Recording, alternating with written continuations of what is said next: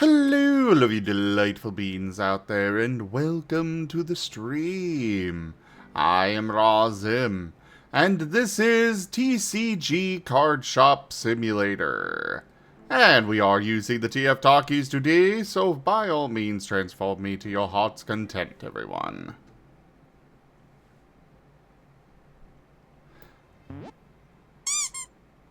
Squeaky. And there goes Ducks with the Hunter already.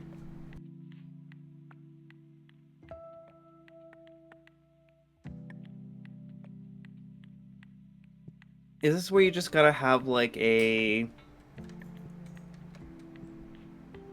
I don't know, a 10,000 point redeem, where the only goal is like just bypass the TF, just poof into what you want? I would love to set that up. However, that would be so much work. And the work that it would take is only getting higher and more because, well, I keep adding more forms. I'm over 50 forms now. Goodness. Call me when you get to 69. I can't call you before then?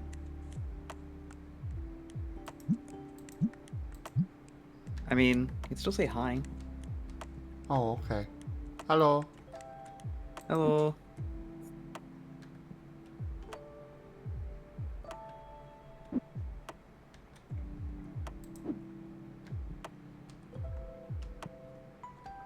You know, I've got these racks back here, but I'm not even using... Well, I've got one. I'm not even using it. It's just not enough for all the products. You know, I have to say, I do find it very interesting how people set up their shops. Oh? When they're just like, when you have the flexibility of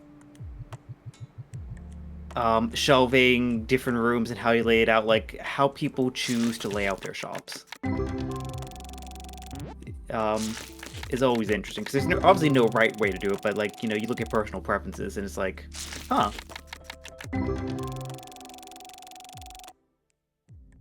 Yeah, It's when like, you have the freedom to do anything, why choose something?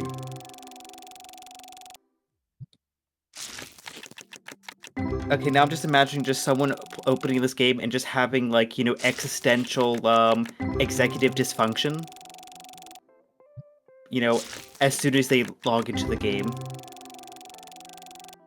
It's like, there's so many things I could do, but I can't do anything. And they just sit there as the rent piles up.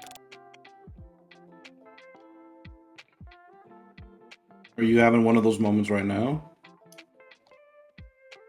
I was about to ask that. Not in particular, but I was just thinking about that, which is like, God, if someone has severe executive dysfunction, this game would probably be, or these style games would probably be not helpful. But no, I was just thinking, like, you know, I use the second room in my one exclusively as a storage room. Mm-hmm. But I'm actually liking the vibe that you have going on, Zim, because I could also see, like, imagine just being a patron at a card shop and you are so trusted that you get sent to the exclusive playroom that has all the loose booster packs. Like, imagine just, like, you know, playing your game, you know, next to a box of, like, prismatic evolutions, or, like, you know, an entire, like, set of ETBs. Elite Trainer boxes, for those that aren't familiar with that. I will say, I don't know how many, you know, hobby shops you've been in, game shops, but, they just kind of throw all the play area in the back, usually. It's because of the smell.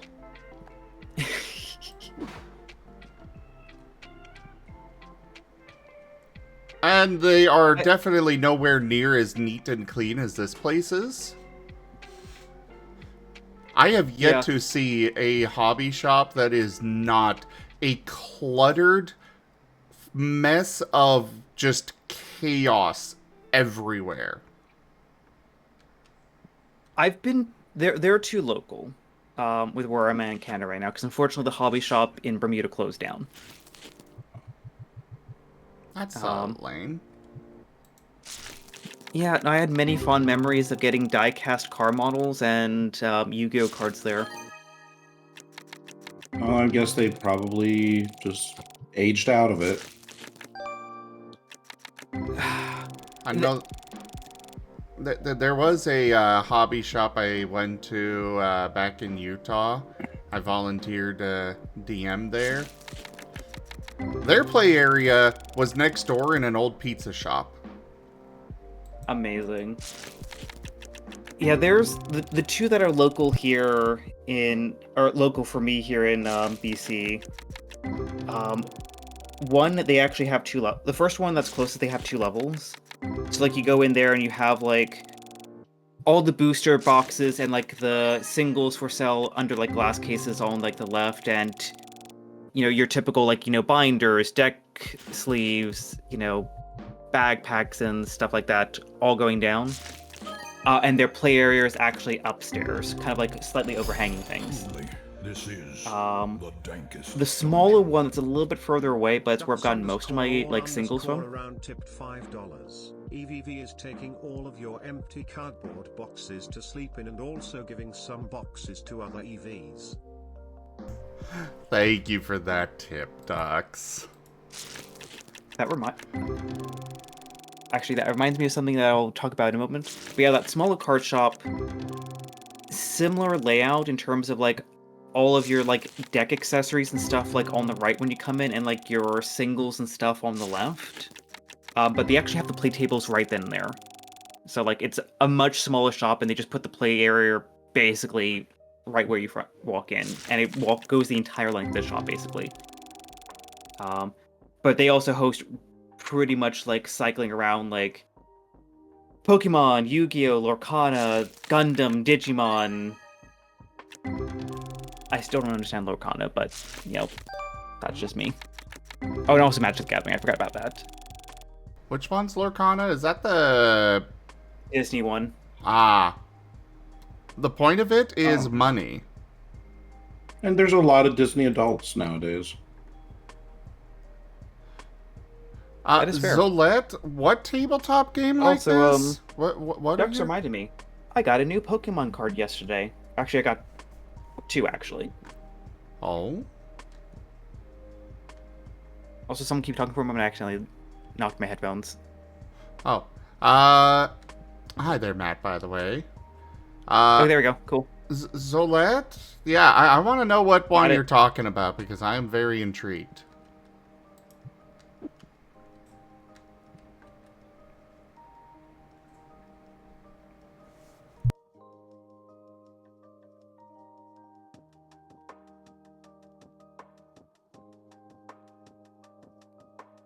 You were saying, Zeta?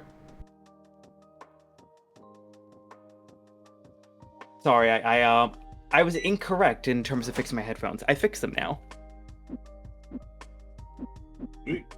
But no,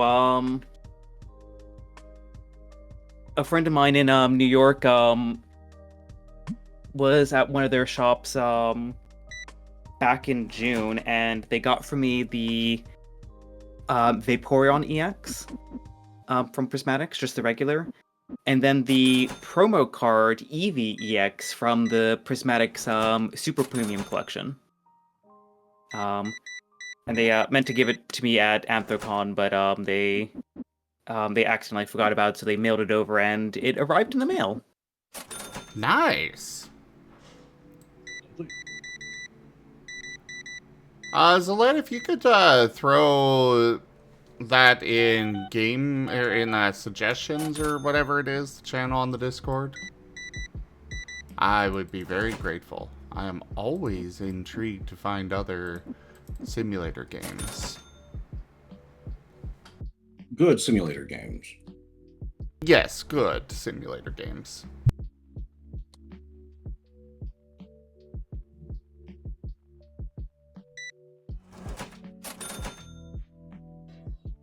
And preferably not the so bad that it's just you laugh at it. Those can be fun, but not for very long. Yeah. Honestly, the biggest thing that I look at for the simulator games is that a lot of them have been following the same kind of formula, as it were. Oh yeah, they're the new version of the old shovelware kind of games, like the I Spy ones. But the biggest thing that I look at for any of these simulator games that are launching in early access is, okay, how much are you supporting? Are you actually putting out?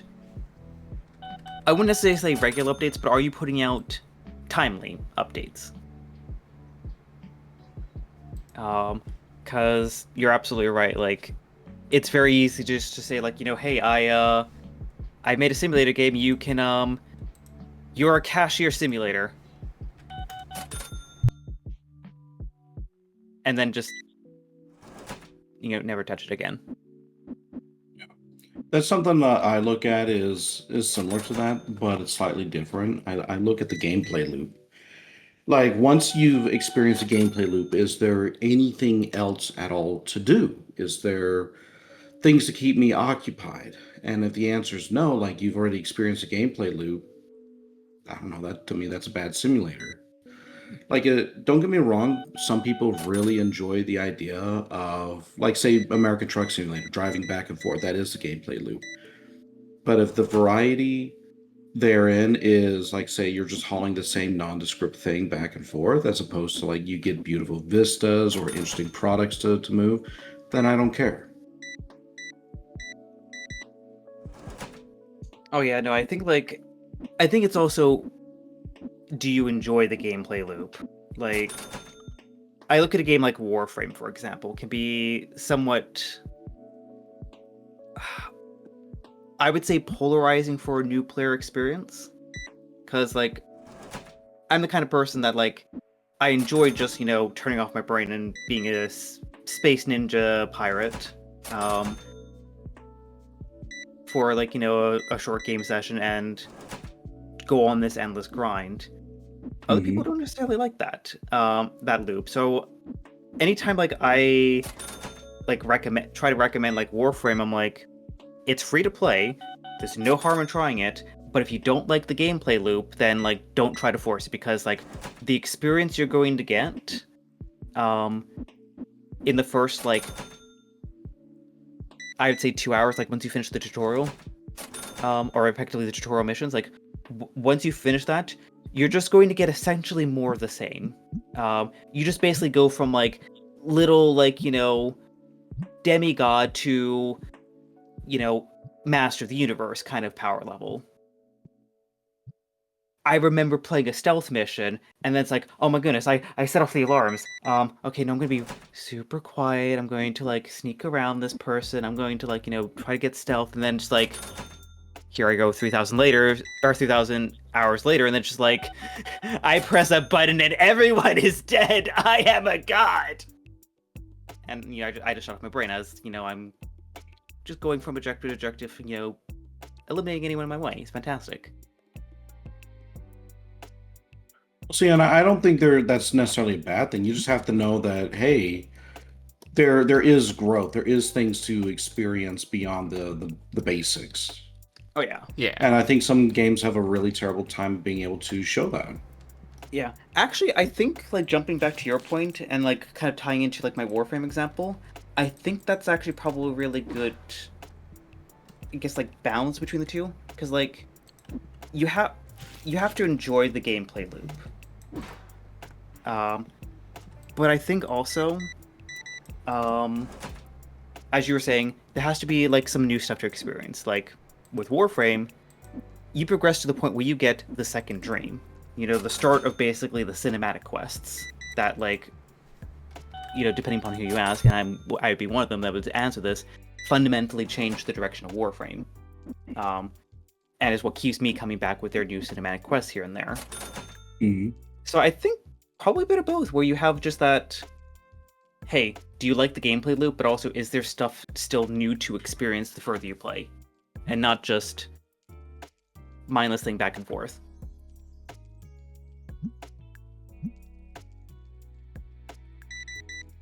Yeah, And- and Warframe, I think, could do a little bit of a better job on that. I think they've gotten better, but like take it as a new player coming right in. You're given your first suit, you do the thing, you kill the thing, and then you're like, okay, well now what? Oh, just keep going through that level until eventually you get through the boss. Okay, then what? Do the next planet. Okay, then what? Yeah, that's what. I feel like they could be a little bit better in saying like, hey, guess what? If you do this, this, and this, you get really cool this, and this. Yeah, that's what turned me off from Destiny 1 very, very quickly. Because it was like, okay, alright, I'm jumping into a story game. Cool, cool. Let's go and go through it and see what's here and what's going on. And this next level is locked. You cannot proceed. You gotta go level up more. What with? The levels that you just did. What? Yeah. I mean, I'm not saying that level grinding is necessarily a bad thing. I just need to know that I'm grinding towards something. Yeah, I think that's at least for I need to actually look at something real quick. Frame, but it's something that I know Warframe in particular changed up in a really good way. Because before you just like you had like these little nodes around a planet that had no organization. It was just kind of like a, okay, well, where do you go? Oh, there's the boss, I guess. Mm-hmm. But their primary like progression path now is the star chart that, you know, effectively is like lattices for missions. Yeah. So it's like, okay, well, hey, I have to complete this mission before I can go do this mission. And obviously the missions are repeatable. But you get to like the end of the star chart and you have like, or this end of a chart for a planet and you have a solar rail. You have to beat, you have requirements, you have to complete that thing as a checklist there before you can actually do that little encounter. And then once you beat that encounter, there you go, the next planet. And here are some awards. So it's definitely gotten better, but there's always room for improvement. Of course. And I'm talking from an experience of a player from like a few years ago, where I didn't know how to get new suits or, you know, what was the point of grinding through these missions. Nowadays, as a more experienced individual, like I know there's stuff to progress to. I'm just talking from the perspective of somebody from that time period. Oh yeah. And I think it's definitely an important aspect of any kind of game design to be like, well, hey, I don't know what to do. Or, you know, hey, I'm lost. How do I get back on track without feeling like I'm being handheld? Yeah. And unfortunately, kind of drawing this all the way back to the beginning, simulator games have a hard time doing that. Yeah. You know, let's take Supermarket Simulator, right? Where's the natural progression? And that is you get new interesting stuff to put on the shelves. You get to see the natural expansion of your facility. That's cool. TCG Card Shop Simulator. You get the kind of the same experience. You get that natural expansion of the shop. You get to see the fruits of your labor. And you also get to collect some cool stuff. You get that nice little zing of feel-good chemicals when you get a rare card. All right, I can dig that. Now let's take something like, say, oh, I don't know, not construction simulator. That might be a bad one. There was a recent one that popped out called like Water Park Simulator, right? And I'm just gonna use it as an example. I don't know the actual gameplay. Is there expansion at all in the game? Do I get to see the fruits of my labor? Is there interesting things to do in the game beyond just simply servicing customers? Is there interesting things to see? Where it does player autonomy fit in? Like, do I get to go and do things outside of the gameplay loop that I find interesting? Something like, say, Contractville does do some of that stuff where I get to, if I'm tired of building houses, I can go out and do other little tasks to earn a little bit of money, helping to break things up a little bit, and I get to decorate my houses, so that helps too. But there's so many simulator games out there that they're just like, all right, this is what you do, that's it. Yeah, those especially are the shovelware, which for everyone that is popular for a good reason, like Supermarket Sim and TCG Card Shop here, there's at least a dozen others that tried to copy them, and they missed the point. yeah. Yep. Because, like, I've seen a couple, like, copies of TCG Card Shop get tossed out there. Some particularly bad ones, too. I know Rex was really excited about one, tried it out because it was multiplayer. I know what you're talking about. It was just AI garbage. No soul to it at all. Yep. And that's where a game like TCG Card Shop in itself shines, because it does already have that initial heart of, hey, it's Tetramon. Like, I would suspect that most of the, like, quote-unquote shovelware style, like, simulator games, they wouldn't go through that effort to actually say, like, hey, yeah, actually, let's make our own assets and make something that feels a bit more grounded and purposeful. Like, I know Tetramon existed before TCG Card Shop, but, like, using that as a baseline to bring it over to a hobby shop simulator, effectively, was really smart. Just wait till Definitely we great have advertisement. just wait till we've got a whole mess of creatures for Scar. Mm-hmm. We've already got a few that are somewhat set in stone.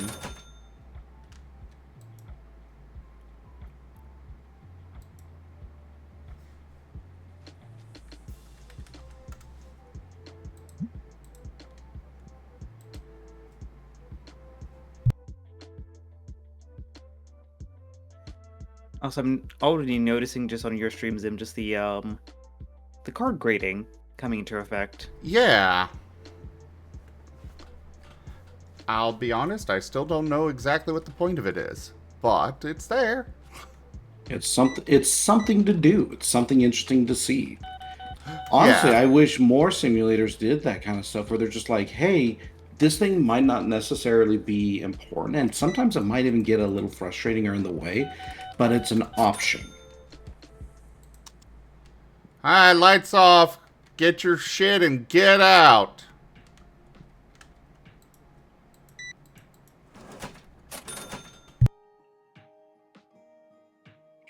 I'm actually in this discussion, I'm reminded a little bit of a old gaming rule. And that gaming rule is what helps to keep a player invested in a game. And one of the rules that it brought out was natural progression of skill, knowledge, and ability. A really basic example of this is like the very first Mario game. The very first enemy introduced comes right at you, and it essentially self-teaches the player that jumping and landing on them is an essential skill. And then you get to kind of play around a little bit with that in the first level. You get to jump, you get to knock on blocks, and you get to be rewarded for that base skill that you've just learned. Then they introduce other enemies, like let's say for example the turtle, where now the jumping on them is not enough. You have to jump on them twice, and there's a danger to them if you do it incorrectly. Natural progression of skill, ability, and knowledge. The same mechanic has not changed. You're still just jumping, but now the breadth of it has changed. And so many of these shovelwares forget that there has to be a progression, even in the simple stuff. TCG Card Shop Simulator has a progression in terms of the kind of packs you get to unlock and the cool things inside of them that you now get to collect. Supermarket Simulator has that in just the merchandise you can put on the shelves, as well as now you're having to handle bigger and bigger crowds who the mechanics haven't changed, but now the stress of them has, and now you're having to utilize other mechanics in order to deal with them. And so on They and so actually forth. also have online shopping now that you gotta go manage. Yeah.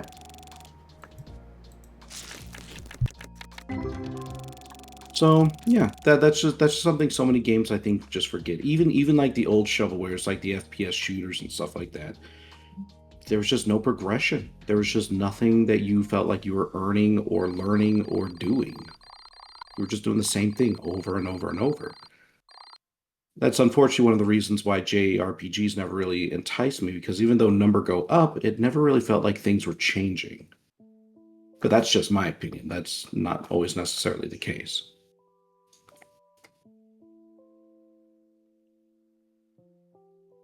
Hello there, Gip Gap. Yes.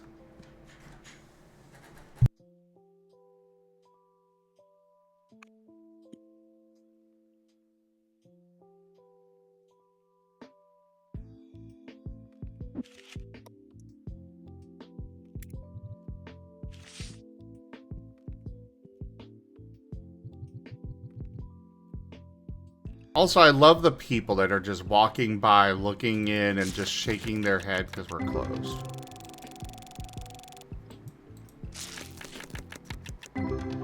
I'd like to just sit here and open these cards in front of them and taunt them. Yeah, until Yeah. one of them walks in and has like this incredibly rare and expensive card, and you're like, ooh, how'd you get that?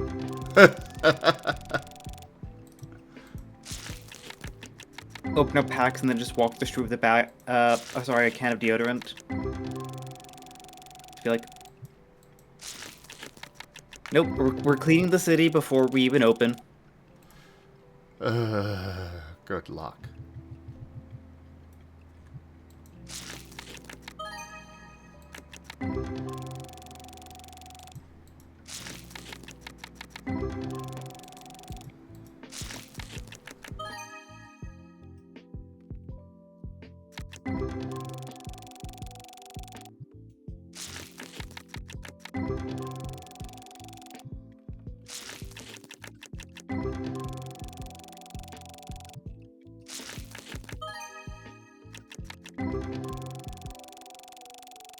I command pure chaos! Kinda. Ducks _ all _ around has turned Rygon into a Eevee. They can only talk like that Pokemon for 2 minutes. Oh, Eevee, I guess. Eevee. Pokeball Go! Meh. Oh my goodness, did you guys see the Eevee video that Pokemon posted today?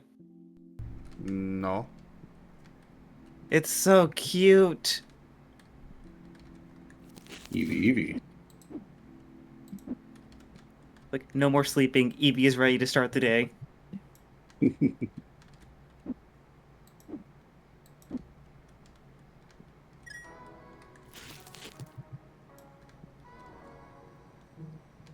Oh, this box is empty.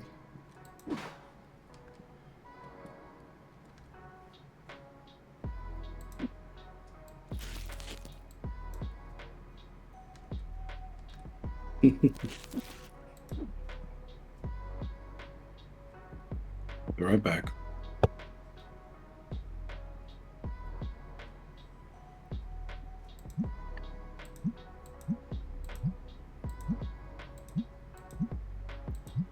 So it looks like some prices are staying the same day after day now. Which is so fucking... God, the pain of, especially when you get a larger store in this, where prices of everything are changing every day. So you have to go through and redo all prices every single day. It was a pain. Honestly, I don't really bother until, like, it stops selling. Well, that's kind of the problem, is every day a certain set is the popular one, and that is what actually sells. Everything else doesn't. Hmm. Like you can see here, like most of these sold, whereas I only had to stock a couple of packs of the other ones.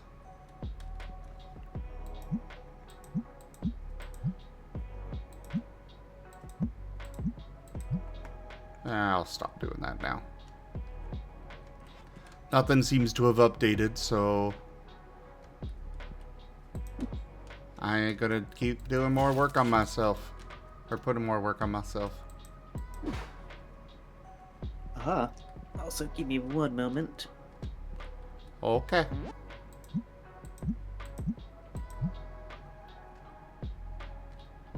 Alright, black dice.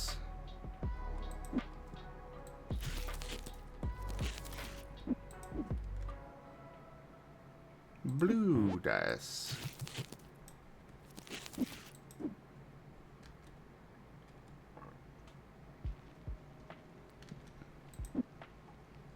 No, not that. Though I do need more of these. Oh, this box is empty.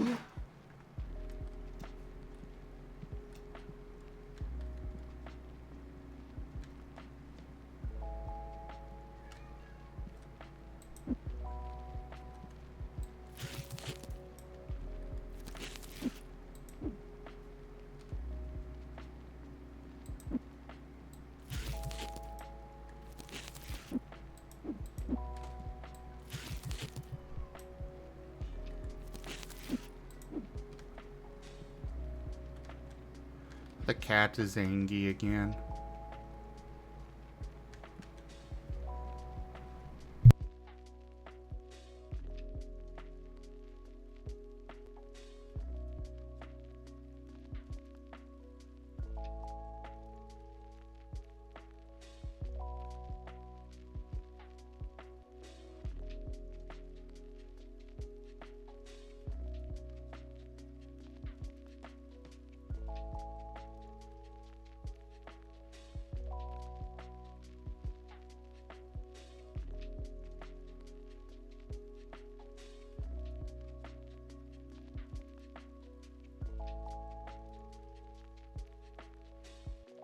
Alright, so we need more of this.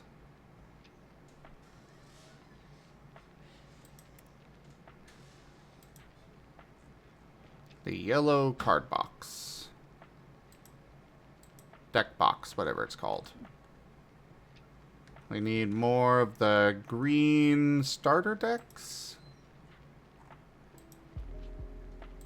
Actually, I think that's in there. Yes.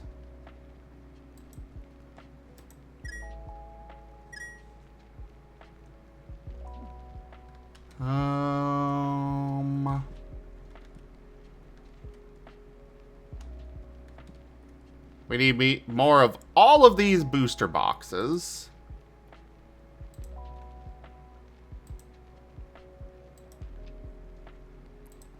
Actually, we'll add another one.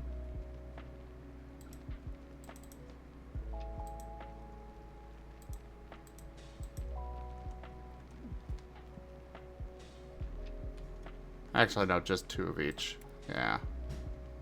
I'll fix that in a moment. Oh, I did not mean...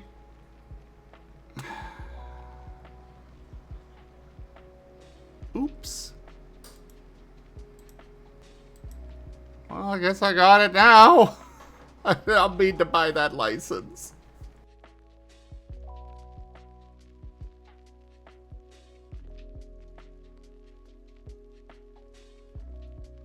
Okay, I'm back. Welcome back.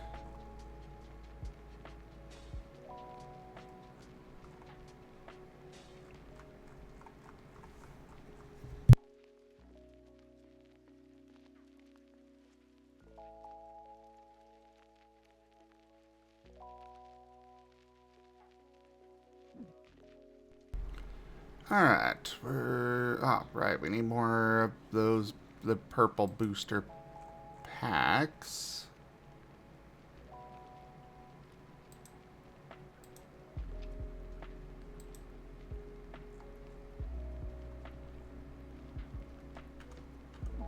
And then over here, we need a lot.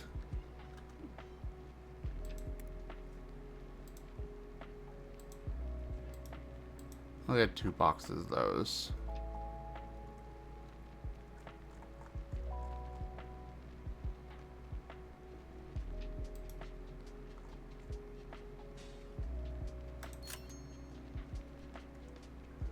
And now I'm broke. Oh.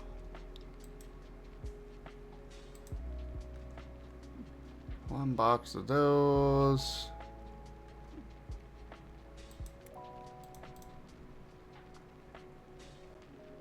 Ah, right. That is one thing that I do not have unlocked yet. Must have come from crowd control.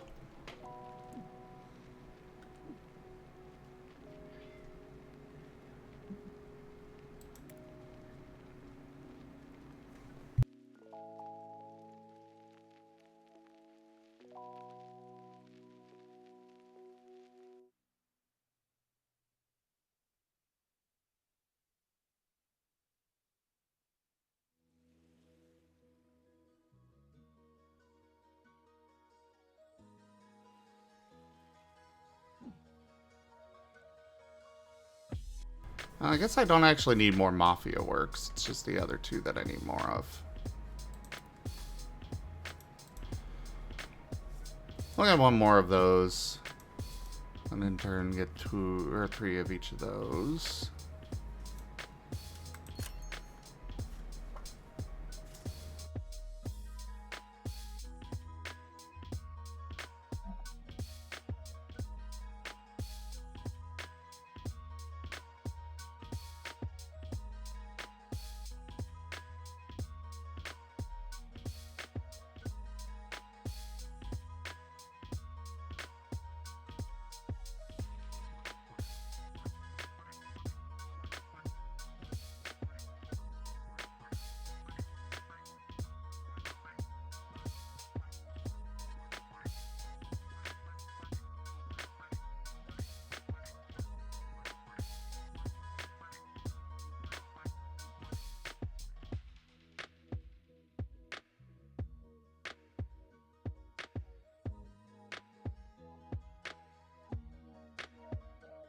Hello there, Mr. Camaro. Welcome in. And thank you for that follow.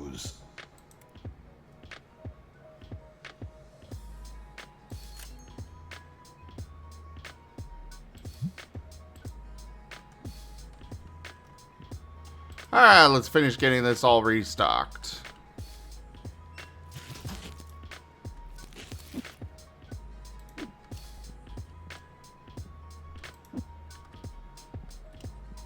And I don't think I opened any of these packs yet today, so let's do that as well.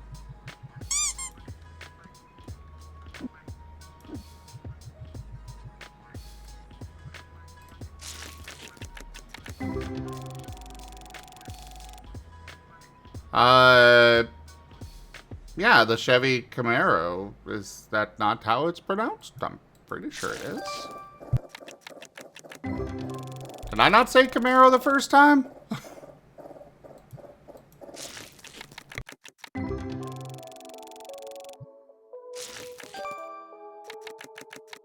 I have no idea. I might not have.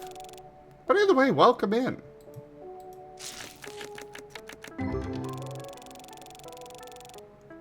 Ah, okay.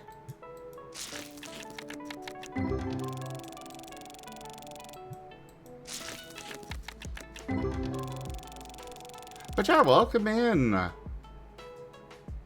Not a problem at all.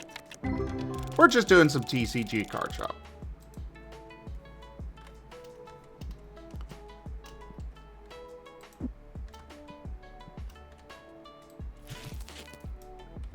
Ugh, the fact that each box is only 2 of these is so annoying.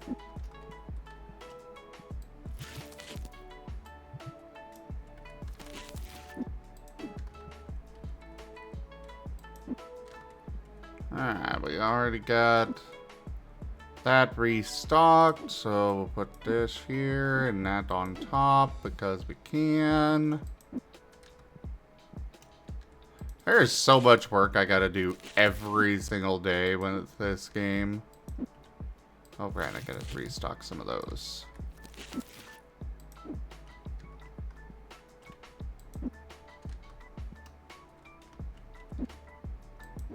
That can go there.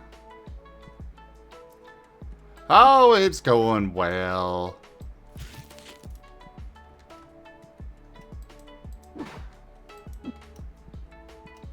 I cannot wait till I can afford my first employee, though.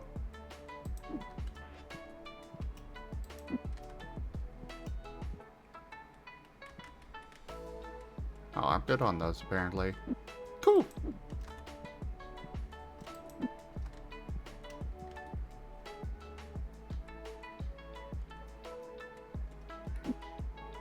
I will leave that there. Restock this.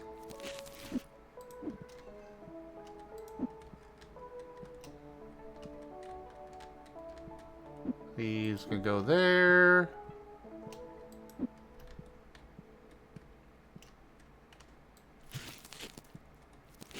Maybe I can afford an employee now. Oh no.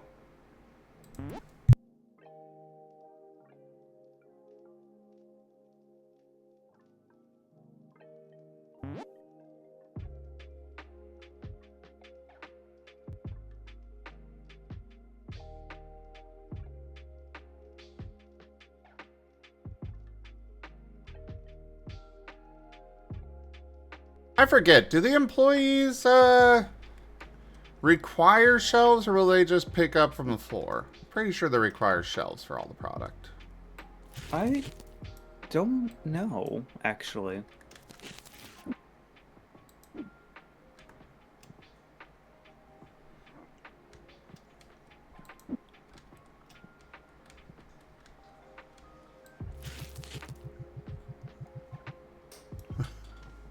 What's up, Matt?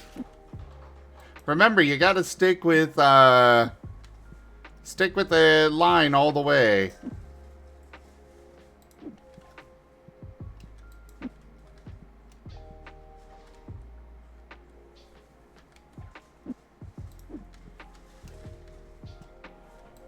Unless it says mixture.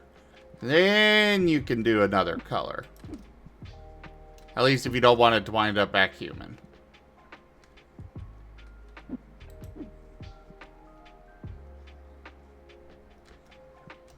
Hey.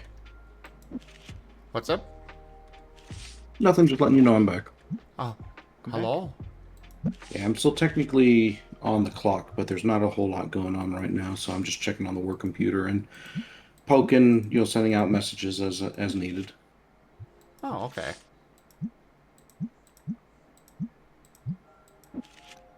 Yep, no in-office appointments today, so that's why I'm here. Very nice.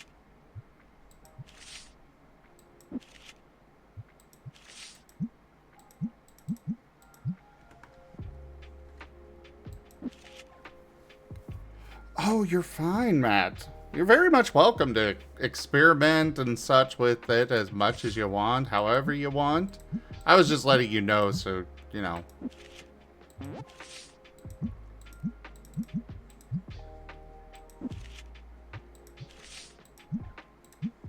It is a very unique mechanic.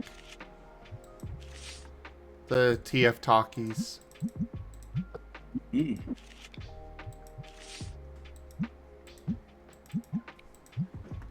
I've been trying to find a new solution. It's just exclamation point potion, Blue Bat. I've been trying to find a new solution for this.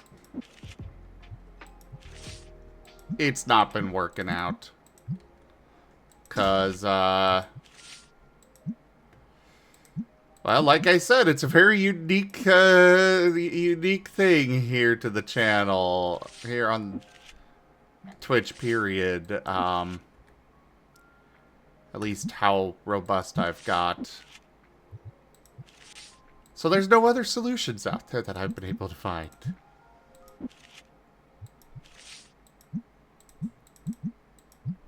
Or even hire somebody to do.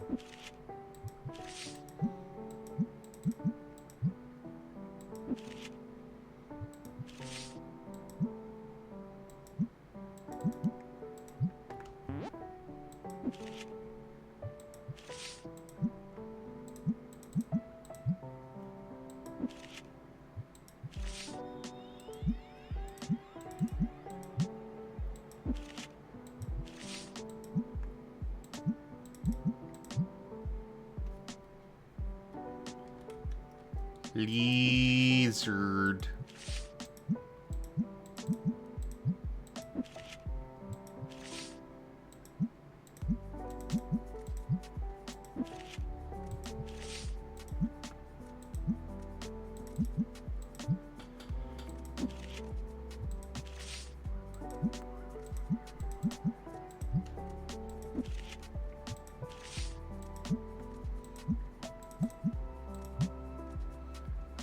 Got all that.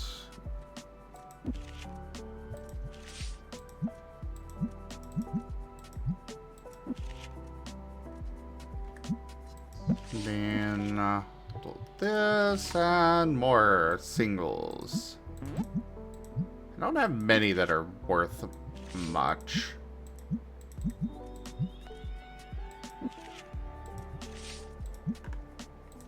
But that is kind of the point, I suppose, isn't it?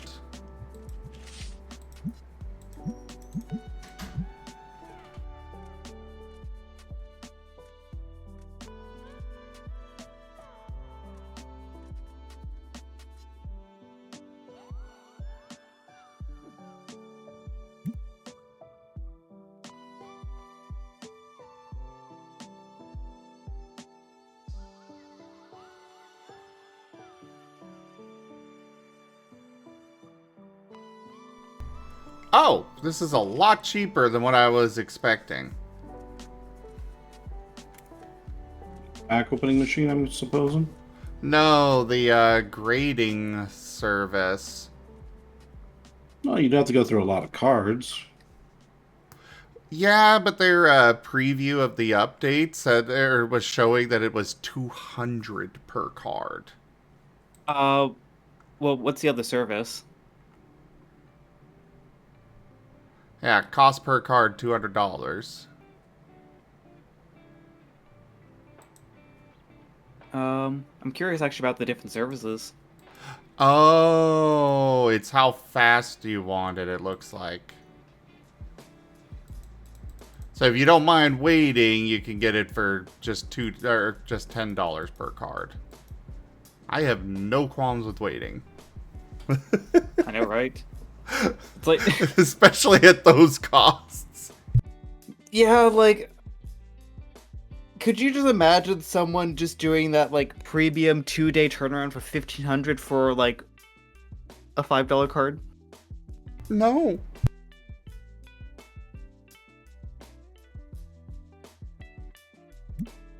Good, because that shouldn't exist in any sane world.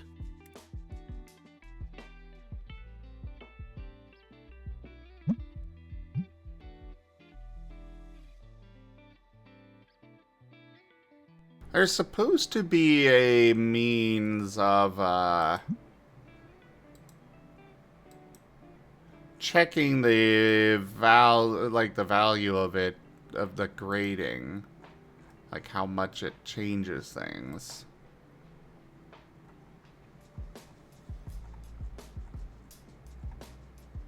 Oh, they've got comic books now. Oh, nice. Well, you know, probably I highly doubt that they are actual comic books, but you know.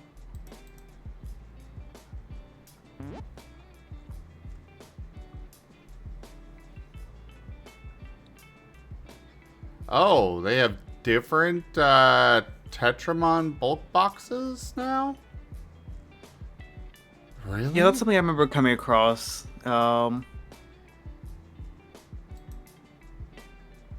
My general understanding is that like the value of the bulk box depends upon like how many like uncommons and rares you put into it.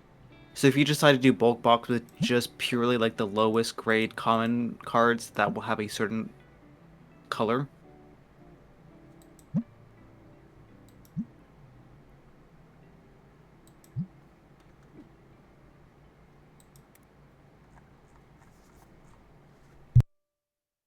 I'm assuming it's just so like you actually have an incentive to say like, hey, this is a super premium box. I am so happy for that.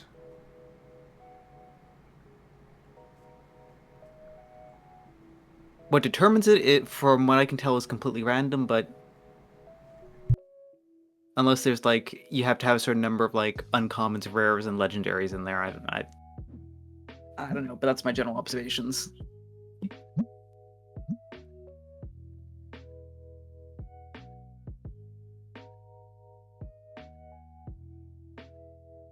Hey there, Hado. Hey, Lightning.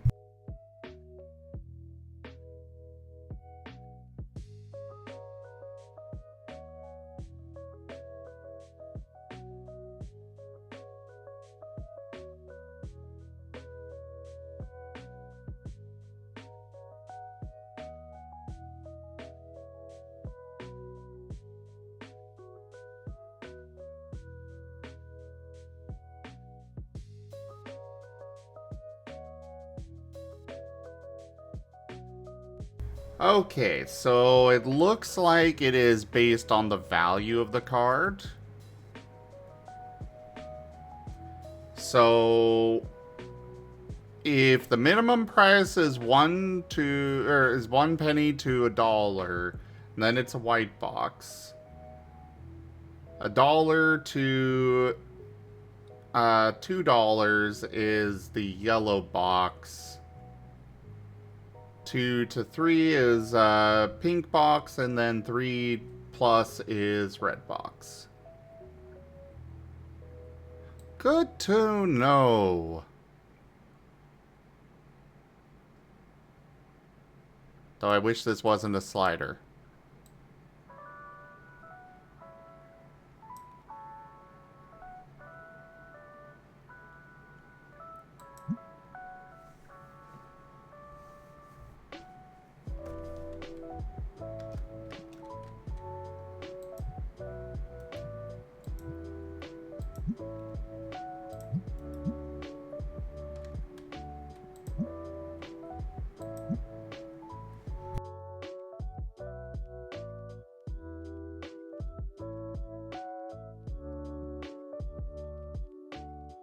Oh. Whoops. Alright, fine. Have that.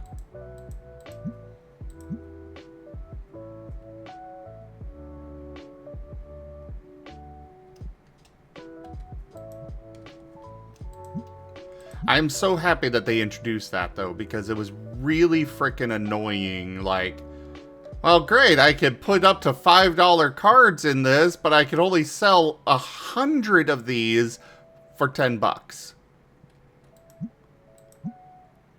Kinda not worth it. Sure, I get them out of my book, but, at that price, you know?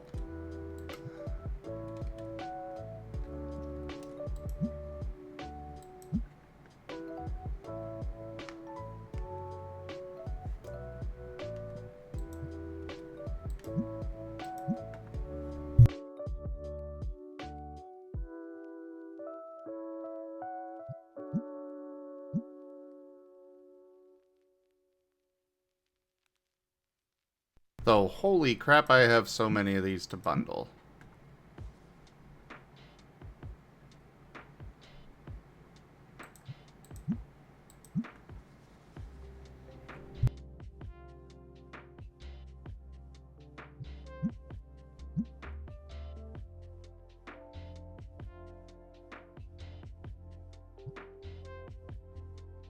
Now if only I could put the spare ones up here.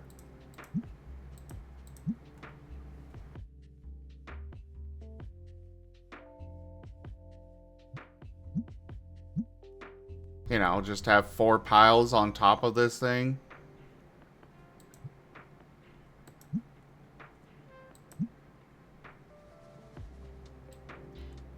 Minimum price $1. Max price $1.99.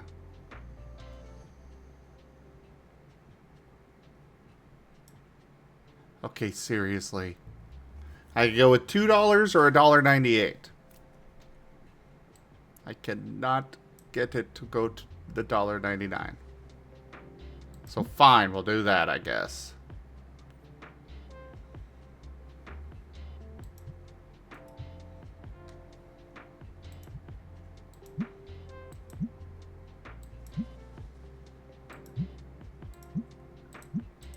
We'll go with that. And for this, we're gonna just do that, because I kind of want to sell those. Ah, not enough cards for that. What about $2? Fine.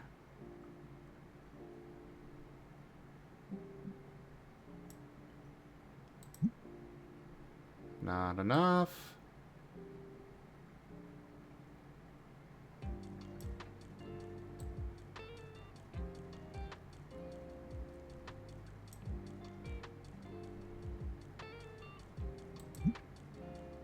And not enough. Alright.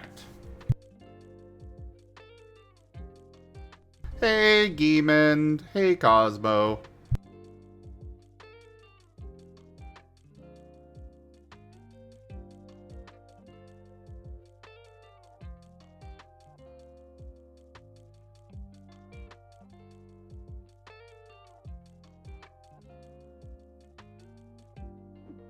How much even is that opening machine? I know they've got multiple levels of it, but... Pack opener... Looks like... These things literally are just an ATM. That is literally what that is. But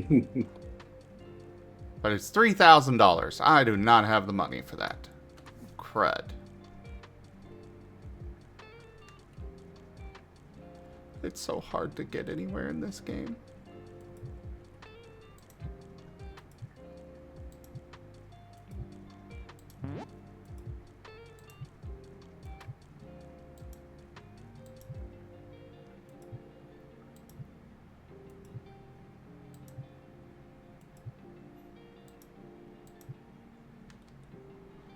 Just put those there for the sake of getting them sold. Alright, let's open.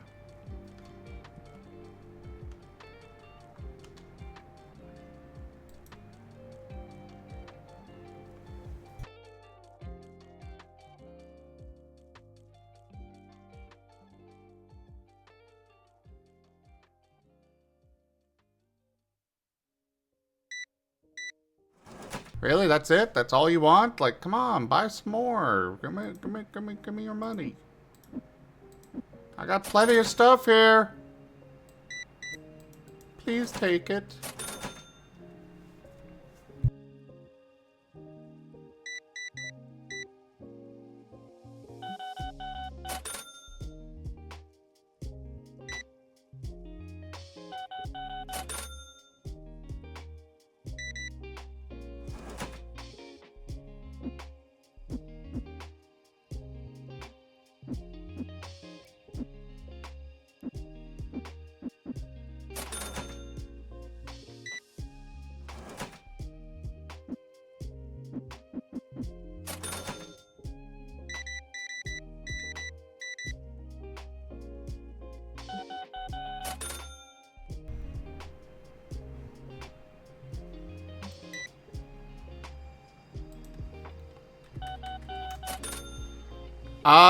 It's kind of a losing battle, Cosmo. I don't think there's anything you can do for that.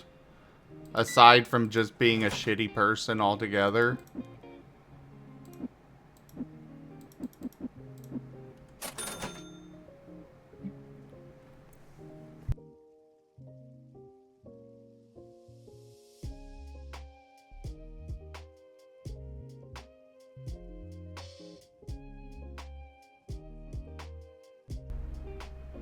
I didn't say evil. I just said shitty person. There's a difference there.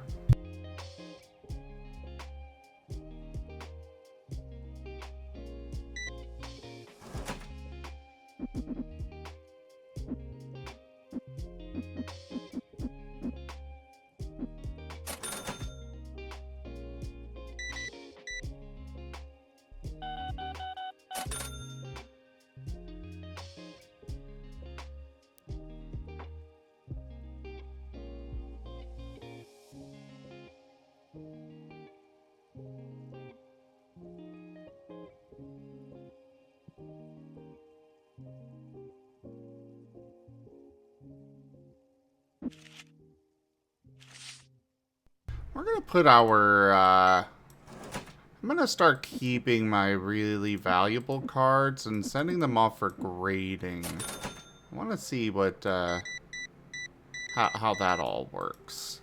And if it's actually worthwhile or not. They are each worth 1 penny. It turns out that when you opened them, you gave them the smallest little cut and smudged the ink. Oh. Yeah, that's fair.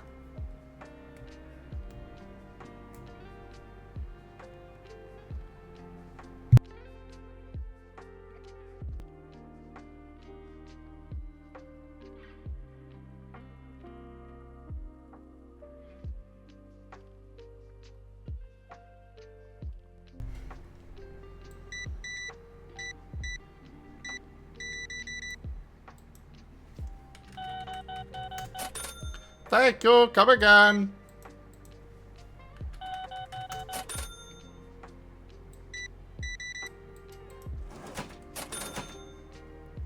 I really Yeah, don't understand the satisfaction mechanic on this, though. What's up? Oh, the 5-star experience or 1-star experience. Yeah. It might be built on later. It is still early access. What I'd like to see are maybe like some characters that you know are VIP characters. So like, you know, if you get like a guy coming in and he's like dressed super fancy, he's gonna buy a lot of stuff, that kind of thing. Just somebody that comes in and buys out everything in your store. Mm-hmm. Yeah, and then they could just have like, hey, if you have 5 stars, VIP characters are more likely to show up. I mean, I'd actually like to go a step further than that. I'd actually like to see a bit more customer retention. Okay.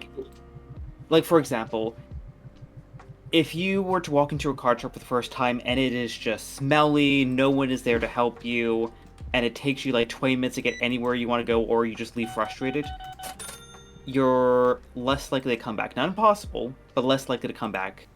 But if you have a customer that, you know, they like the experience, you serve them very quickly, you don't like try to rip them off, you know, you almost kind of start building a customer history with them where they're more likely to come back either in a higher frequency or spend more. To kind of definitely like see either one. And I'd also like to see like I like to see the decor actually factor into things a bit more. You know, there was a game I was playing recently called, oh gosh, Chef Life, and they had a very interesting way of engaging. Like, if you got a good rating, then you got good stuff. In that, if you solve like little character missions, like community missions, interesting events could potentially happen, or you could even get new decor for the place. I could definitely see that being easily integrated into a game like TCG Card Shop Simulator, Like imagine, for example, that they're like, "Hey, we're having a big tournament that's going to be coming out, and everyone's going to be really wanting cards. Just giving you a heads up so you know to stock those." And then if you stock them, people have a nice experience. People like the winner could, the guy who wins the tournament or whatever, could come by and say like, "Hey, I had a really nice time. I managed to win with the cards I got from you. Here, have this lampshade." Hmm.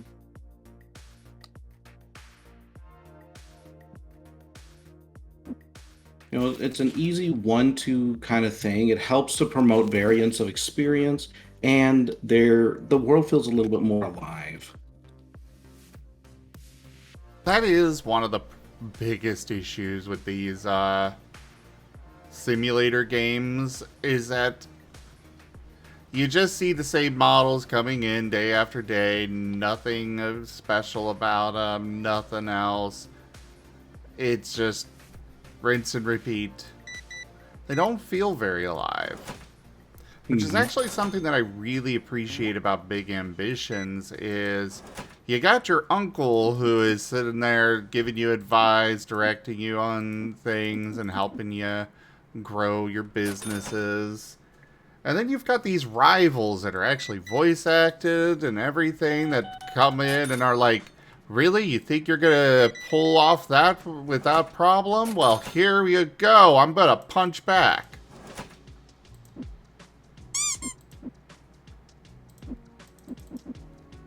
There's Yeah, I mean, life to it. yeah, there's not having player engagement with like the story or the scenery or the characters doesn't have to be this big dramatic thing. It can Exactly. just literally be like, "Hey, we're going to push back a little, or we're going to reward you for your efforts." Yeah, You know, like what if a go ahead. the rival system is fantastic. Like they will react to what you're doing. They've got Hmm. messages that they will send. It's actually feels really good. Like imagine in Card Shop Simulator, if the actions you do in the game actually promote different types of expansions to be released for you to then sell. That would feel pretty meaningful, and it would feel really good when you manage to accomplish that.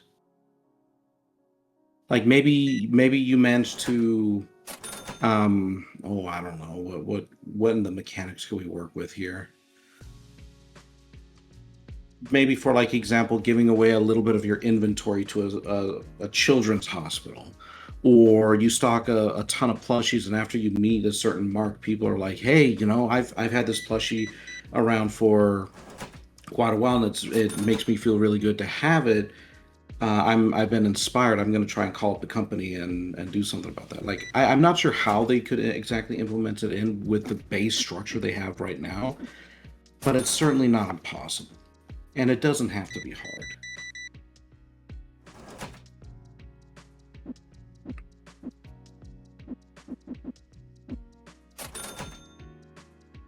Yeah, like it doesn't have to be a big dramatic thing at all. Hmm. Just a little something on there. And I know for me, I'd feel really good if I managed to unlock something really cool because of my efforts. Mm-hmm. Not just necessarily just getting money and spending it for the license upgrades, but I'm talking about like making the world evolve around me. What if, for like example, your efforts allowed the other buildings on your street to start coming alive a little bit and you get to see customers interact with them? That would be fantastic. Just having being able to make friends with the other owners and such. Like Hmm. even here, you got this food mart right here, but it's just that. Yeah. One sec. Now, don't get me wrong. Go. Oh, you need a sec, sure.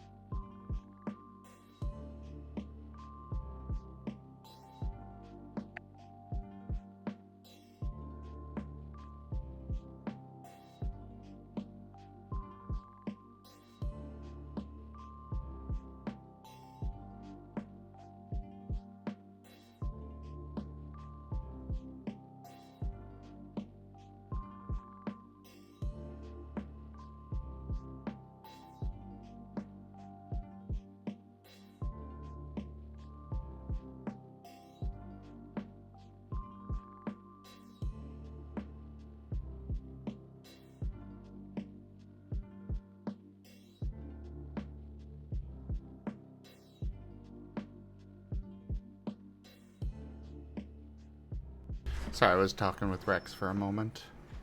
No worries. Hope he's doing well. Yeah. Good. So what I was saying is like something like that obviously would take a lot more effort than what I think the creator of the game is probably capable of putting out right now, since he's kind of working on the fundamentals. But it would be something to really, create player engagement and again make the world feel a lot more alive. Yeah. Being able to actively see your efforts uh, pay off, and more than just simply your shop expands. Like that's good, but there could be more. I will also be honest, the whole shop expansion thing has always been weird to me with this one and Supermarket Sim. Mm-hmm. It's like, we are in this established building. There's gotta be something over here. Why is it that we can only, why do we just expand 5 meter square at a time?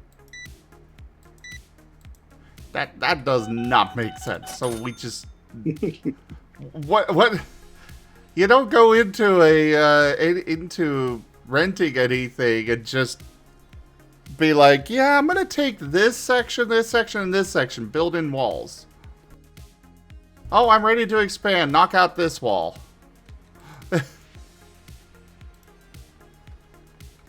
Yeah, that's definitely one of those game mechanics where it's just like it's better just to have, not tell. What I would love to see is kind of what I've seen with most card shops is they start in one place. One sec.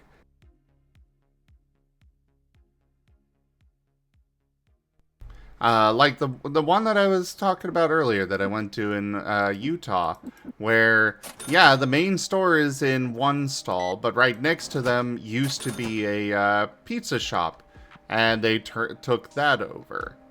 That one they did not knock out a door, so, you go into the main shop here, and then have to go outside and then go in here to play. But there's other places that I've seen. I know a local place here has taken over so many little sections. They just keep expanding into them as other places around them wind up closing. I know they've got a neat little... One sec. No, I don't want to spend more money on cards today. Like, there was a sushi restaurant. So this one was somewhat unique, where it was a two-sided shopping mall center thing, There was one store on the front and another store on the back. The backside had this little sushi shop, and they had a little garden outside of it that the owner of the card shop kept when they took over that. And, you got the whole bar and everything. Sure, they can't run food out of there, but because they don't have the proper licensing and whatnot. But it's Feels still nice. It's cool to see those kinds of things. That's one of the coolest things about card shops is they don't typically bother remodeling it. So it's just, you get to see all this stuff still in there. The pizza shop still had all the same booths, all the tables and everything. Even had all the pizza ovens and everything still in there. Never used, but they were there.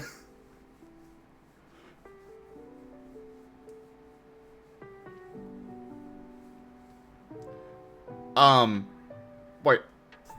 What did I miss in the chat? Why is Seda attacking Ren with anti-material rifle?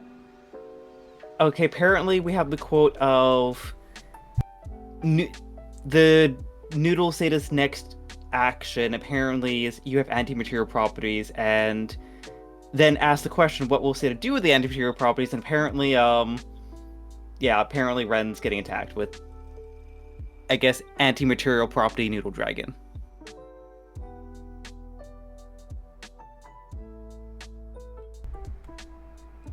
My chat is a wonderful place.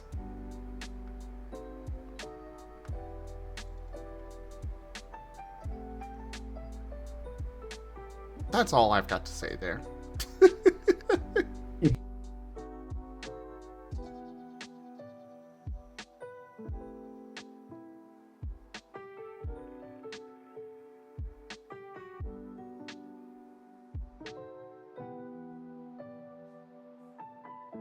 You know what? I'm gonna go ahead and add that as a quote, actually.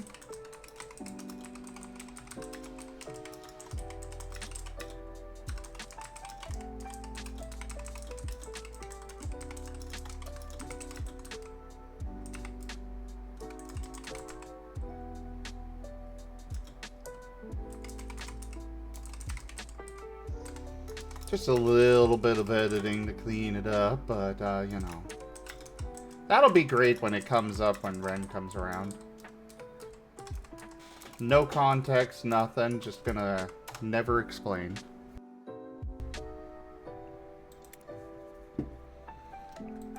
Also, lights out, get out!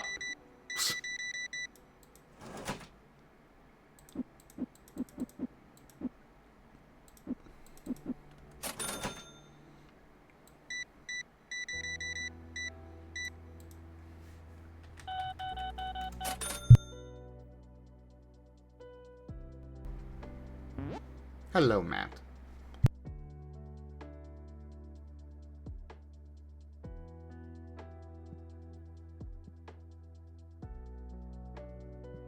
Alright, there aren't any single people sitting back there.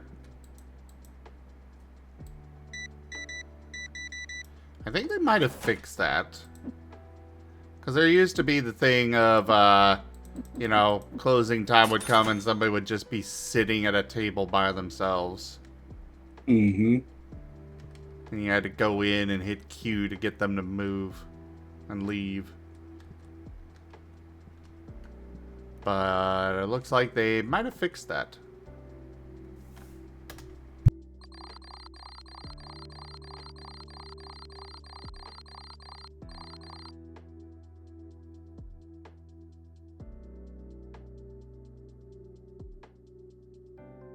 Ow! Why? Hi, Wing Zero. Why are you biting my tail? What'd I do?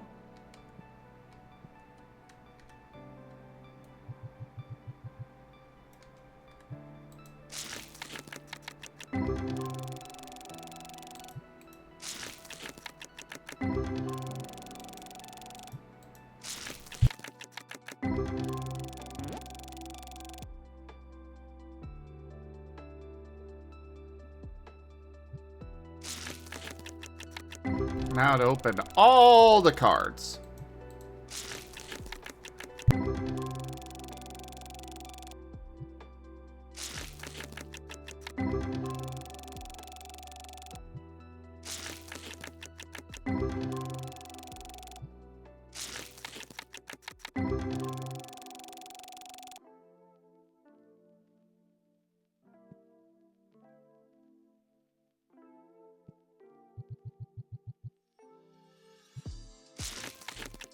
On the plus side, I shouldn't have to buy too much in the way of stock today. Thanks to me doing a little bit of overstocking the prior day.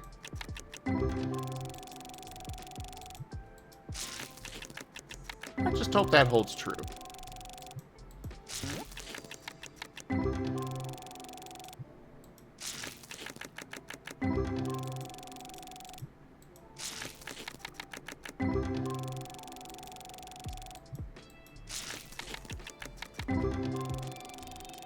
Yep, yep.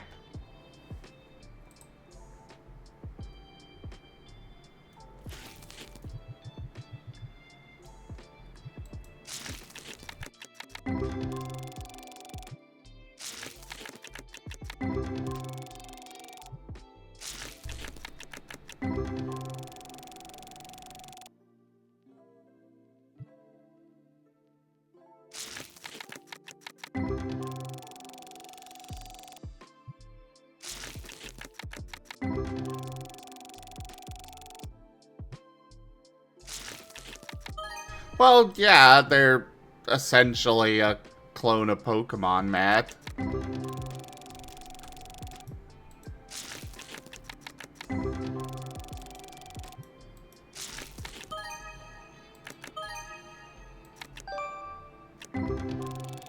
Oh, some really good cards out of that pack. Not a God pack, though.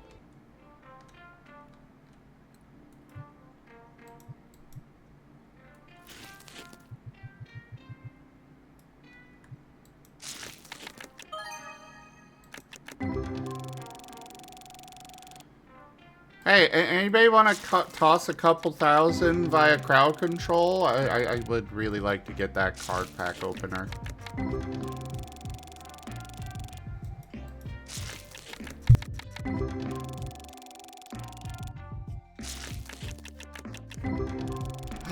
Abby! Hello! Sweetheart.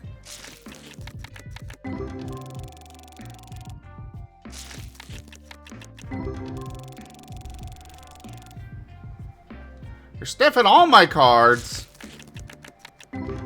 Careful, you Yeah, don't know where those have been. How do you think the cards are graded? Oh, so Abby does the grading.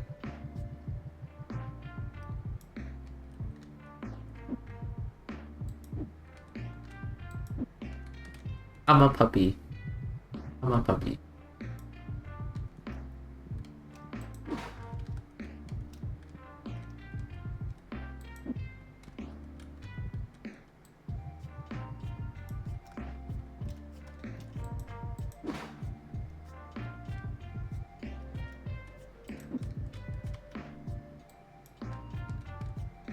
Okay, I sold none of those packs yesterday.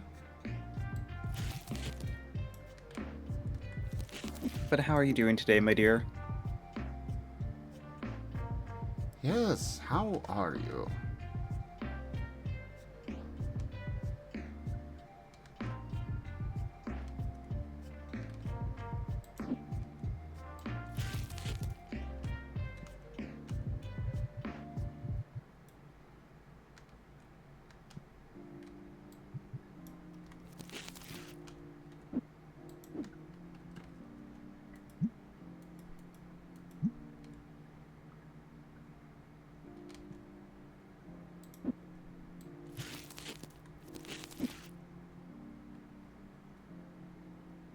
In need of a bike?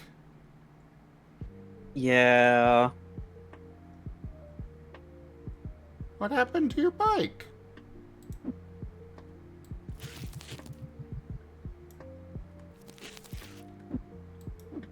Oh, don't worry. Nothing. There was not a bike at the moment for something to happen to. Oh.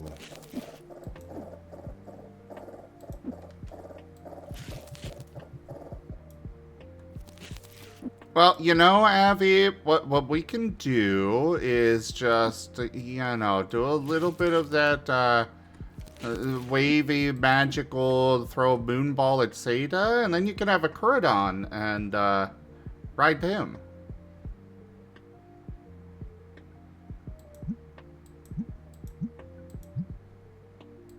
Instructions unclear. End up as Cyclizar. Oh, that's the pre-evolution, isn't it? Oh, not an evolution. They're not an evolution? No. Oh, I thought they were. Nope. Pretty much the Koraidon and Miraidon are the paradoxical versions of Cyclizar. Oh, okay. Well, then, yeah, go with that one. Koraidon being the future, Koraidon being the past, and Miraidon being the future. Hey, Genku. Hey, Achi. Hello there, Ren. I'm surprised you're able to be, or you would come by there, Ren. Considering what's going to be happening to you.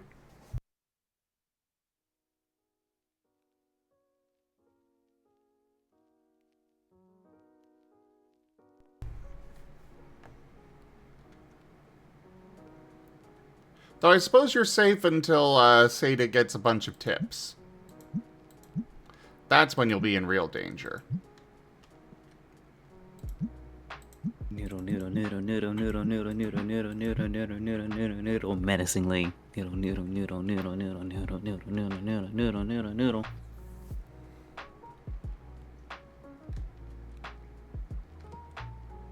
Don't worry about it, Ren.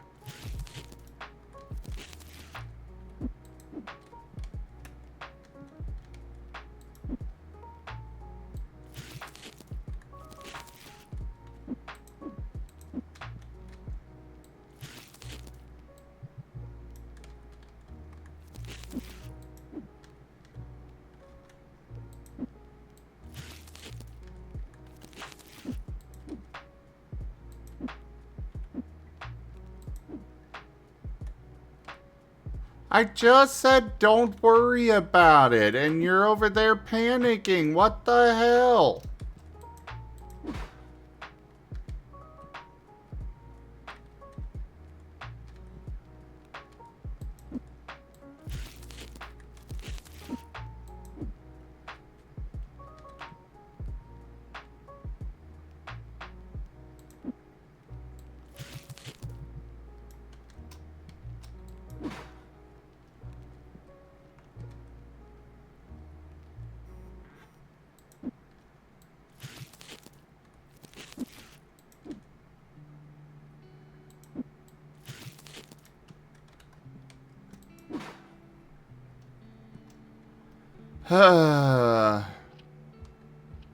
Ren does not listen well, it seems.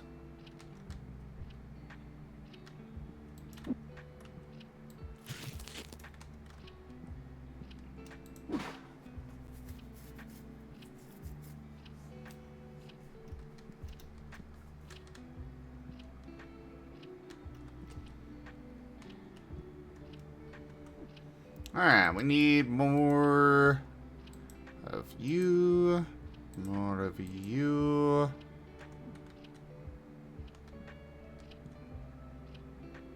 All those shelves are good. I'm gonna need more of those eventually, but oh well. Look, Ren.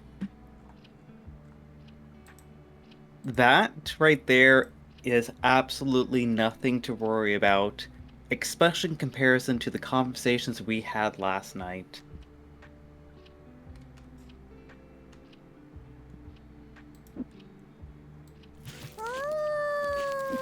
Yeah, those are definitely something to worry about, Ren.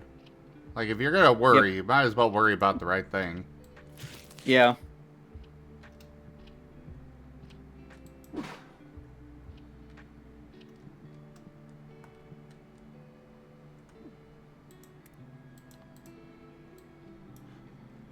You should have been there, Ren. You should have been there.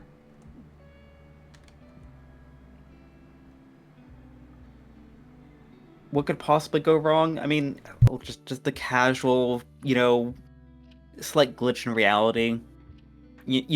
People that, shouldn't be where they're at.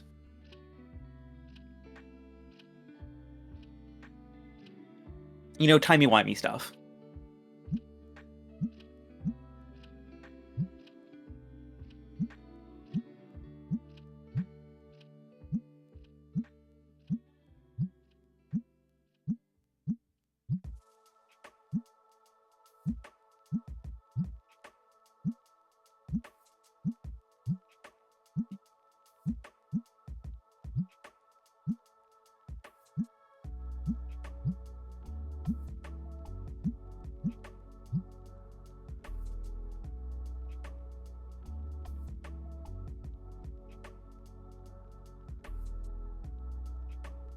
In other news, Abby cute.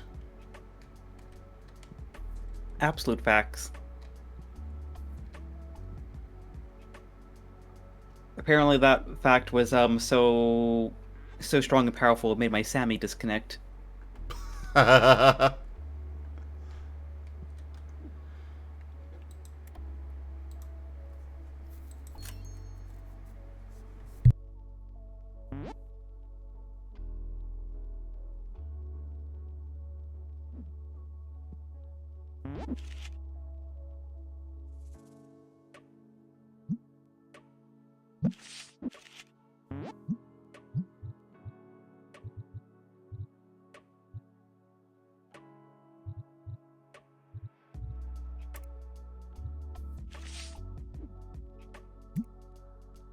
Alright.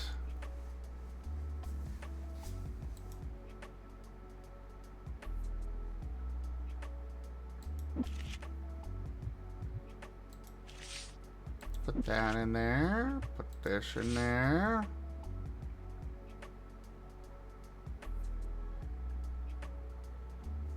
Well, to maximize this, I'm gonna want to do all of these. So,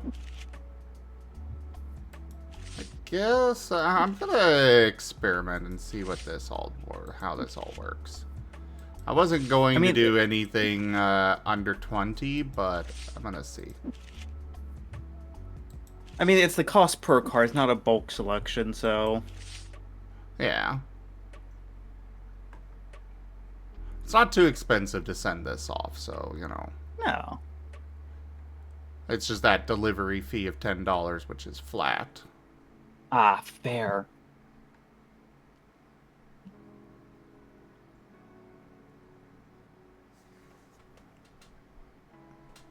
No, not since last time I played.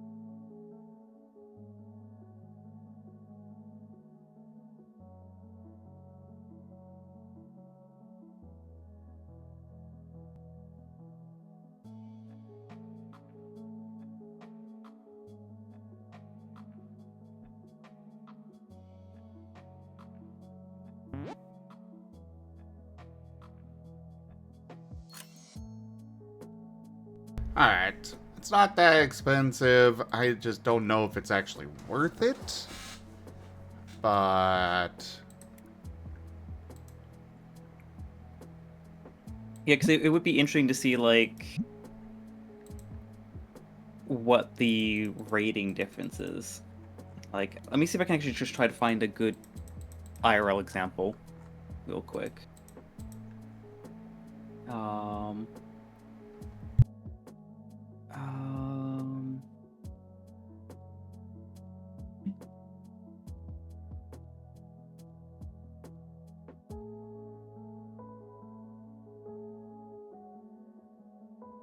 Yeah, Matt, please pay for them before you do that, because I am struggling to make it anywhere in this game.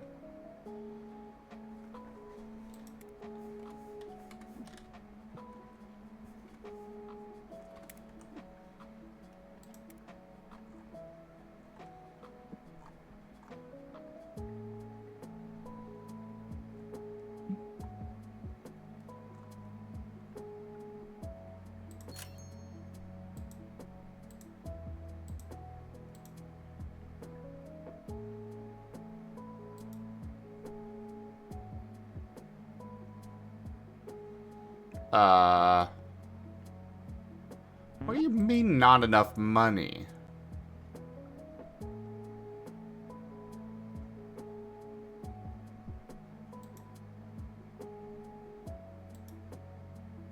Total Okay, due 280, I've got 309.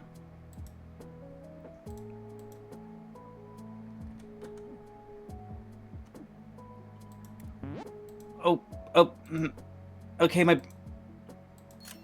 my brain is failing to understand this one. Which one? So I decided to quickly look onto the onto the local card shop, and You have the special illustration rare for Charizard EX from Scarlet Violet 151. Near Mint Holofoil, $367.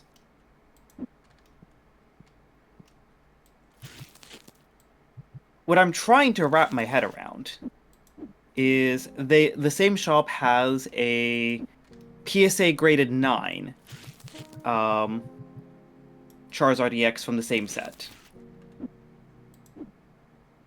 for $360.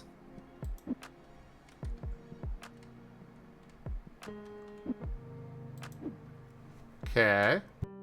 I'm trying to understand why the mint graded card is cheaper than just a loose card.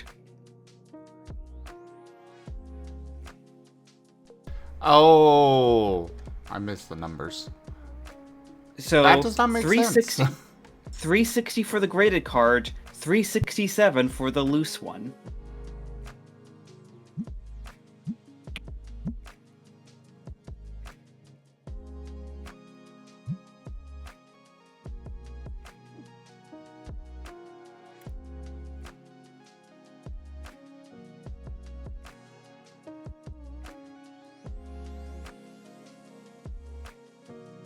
Let's see. Special illustration for Pikachu for Surging Sparks, 435. PSA 9, 449.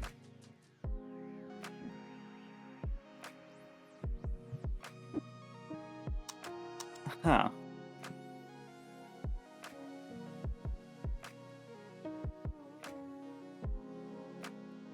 Oh, yeah, that...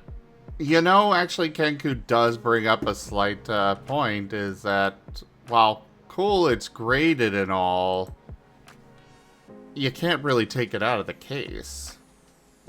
Yeah.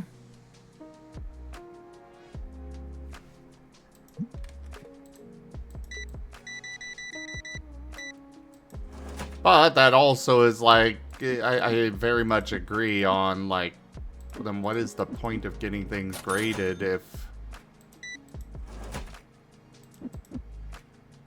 You know. I mean, in some cases, the Pokemon misprint is actually worth more than the actual card. Yeah.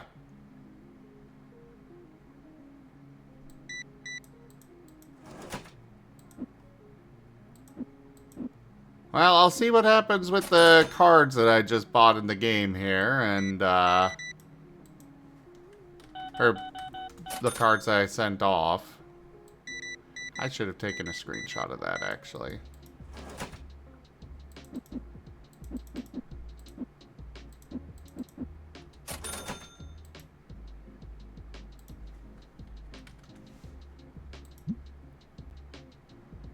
Why is the game... The game has apparently decided I don't have as much money as I do.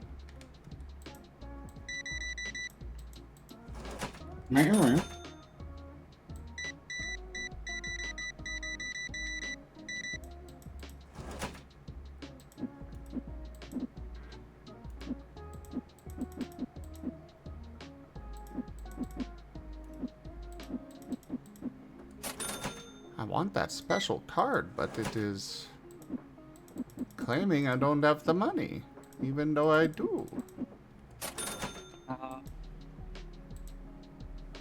Oh. Yeah, I think it's just there you go.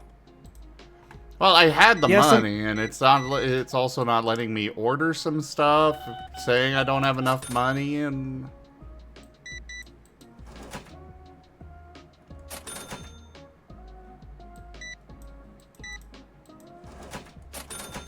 I don't know what's going on.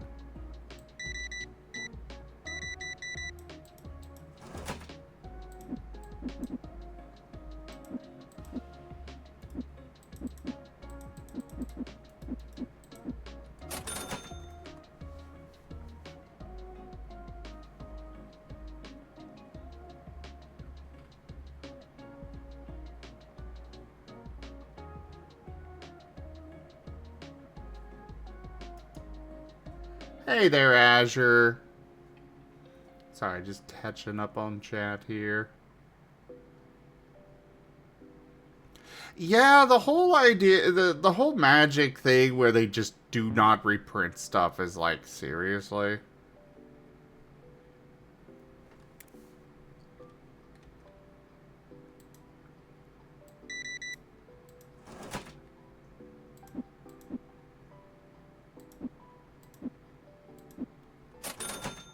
Yeah.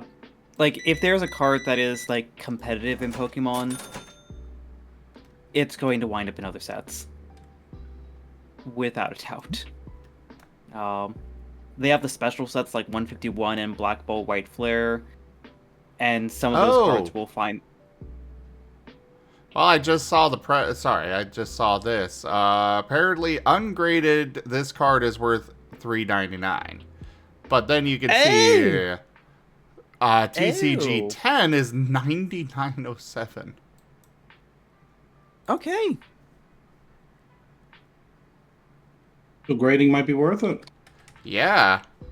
Depending on, you know, the actual grade of the card, but also, like, I'm opening these cards brand new, so they damn well better be, you know, full grade. The 10. And yeah, Kenku, you're right. Like, they don't necessarily put cards in multiple packs. Like, it's a more of an exception than anything else that certain cards or sought after cards will get reprints in different sets. But Pokemon Company typically does do reprints of their sets over the course of a lifetime. Oh, hey there, Dax. An earnest disciple. Galliffer, thank you for that follow. Welcome.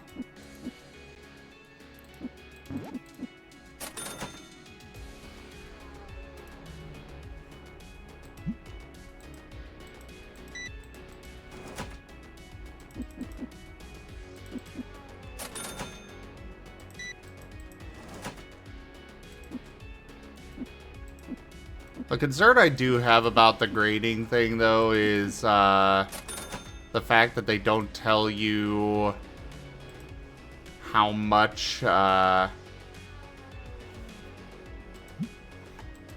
not telling you how much the lower grade cards are. So it could be that you set it off, it gets graded a 1, and, well, it's worth literally nothing.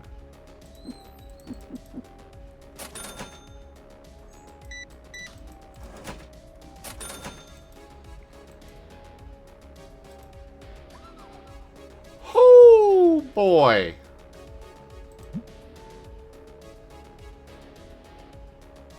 Well, this card, ungraded, so it looks like it's 7 and above is when it actually becomes worth it. That's my guess. I guess 6 and lower, it doesn't matter. I don't have that much money. Go away.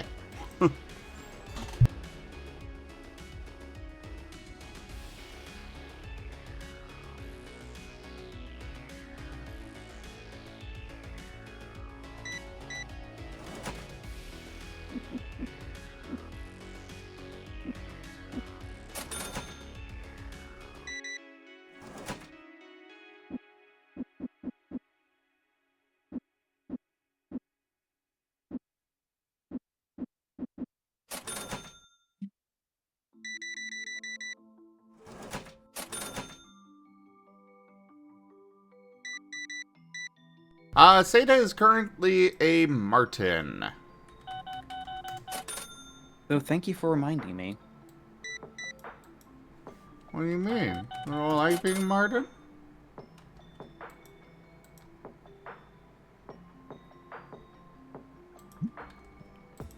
No, I got to go ask a question about the next model.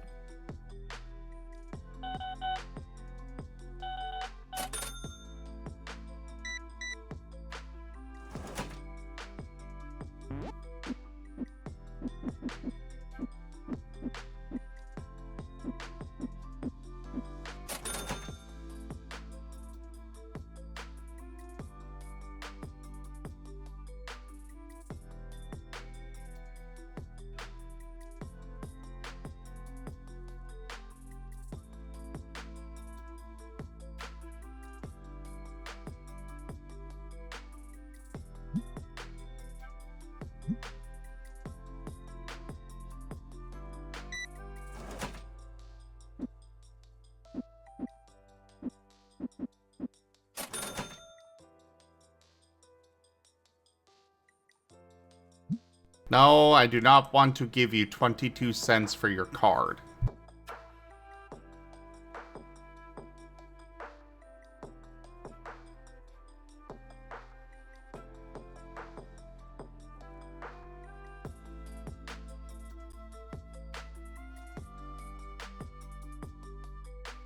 Raygon cute.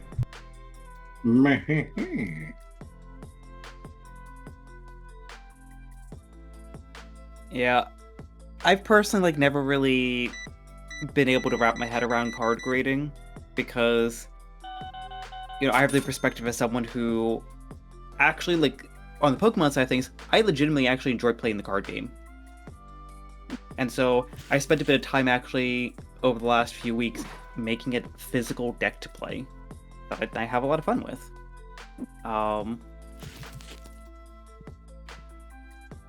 I've not been able to wrap my head around the idea of like, yeah, I'm going to seal this card in a plastic case and not play it. Like, sure, I'm like slowly working on a Lycanroc and Rockruff collection that I have in like a special binder on the side. Because I think only like maybe 3 of those cards are playable. But like, I don't want to send my card off to someone to say, yeah, it's, this degree of perfect, and then just sit there. Yeah. But it's also literally the same concept as those people that, will buy a board game or a figurine and never open it. Oh yeah, because like as soon as literally like the same the thing thing. is, as soon as it's been open, it's lost its value. Meanwhile, for me, it's like, let me open that bitch up and put it in a cool action pose, and awesome. Yeah, but what they're doing is, they're operating on a far different expectation than we are, right? We get those things to enjoy them. They get those things as an investment. Yeah, but then they never even sell them.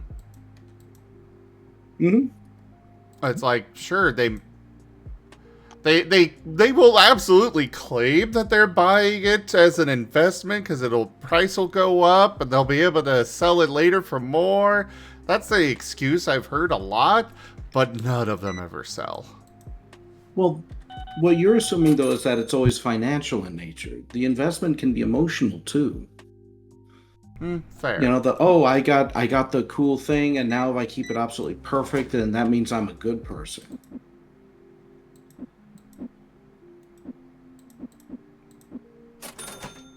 Now, to chat, I'm not saying that that's wrong or anything like that. I'm just saying they're operating on a different, expectation than most people, and that's okay. Oh yeah, like that's like why I kind of like worded specifically is like I can't wrap my head around it because the like Pokemon or like insert any trading card game. There are effectively 3 categories of people. You have the people who play for the game. The game is fun, it's engaging, or whatever. They like the game. You then have people who like the shiny cards. Like, hey, this is my favorite Pokemon. Oh my goodness, the art of this is so freaking cool. I'd love to have this. I.e. my reaction when I saw the Lycanroc illustration from Journey Together. Like, kind of like, definitely kickstarted a lot of this. It's like, oh my goodness, that is really cool. I need to have that card. And then you have the more serious collectors. It's like, oh my goodness, this card is really rare. People want this card. It's an investment. If I can get this card, I can make money. Or if I can get this card or pack and hold on to it for a bit, then I can make money. As you said, it's an investment. Yeah. I will definitely say that not Raygon, jeez. I was looking at your icon and so name popped into head, but Kerr pulled that kind of stuff. He's like, it's an investment. I can sell this for money later, and I'm like, there are cards from from 2 decades ago that you have not done that with, despite being in dire financial straits. The particular problem that I see with that is that it's effectively a speculative bubble. Mm-hmm. Because if we were to look at right now,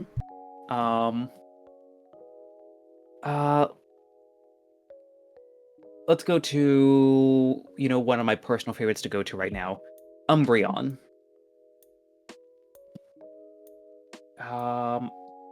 High to low. So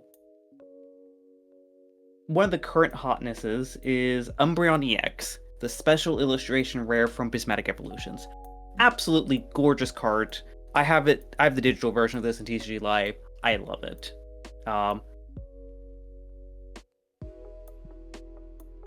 Because it's a special illustration rare and you get it in 1 in 200 or something packs. It's very rare, and because Umbreon's popular, it's sought after. Mm-hmm. The market price for it, at one point, was $17,000. Sorry, $1,700. My apologies. Extra zero there. Temper the expectations, but $1,700. Still ridiculous. It's still ridiculous. And the price for that has been slowly dropping because as things like the super premium collection come in there, the booster boxes come in there, more stores get a restock. That special illustration rare, its market price has now dropped to about $1,000. Just purely looking at TCG Player here, might not be the be-all end-all. But if you are looking at getting a card, trying to get one of these cards, you're looking at either being very lucky or being very upfront about, getting a lot of booster boxes and stuff, which, that causes its own issues that I could rant about. As someone who has been trying to make an EV deck to play with, trying to get anything Prismatic Evolutions is a bit a nightmare.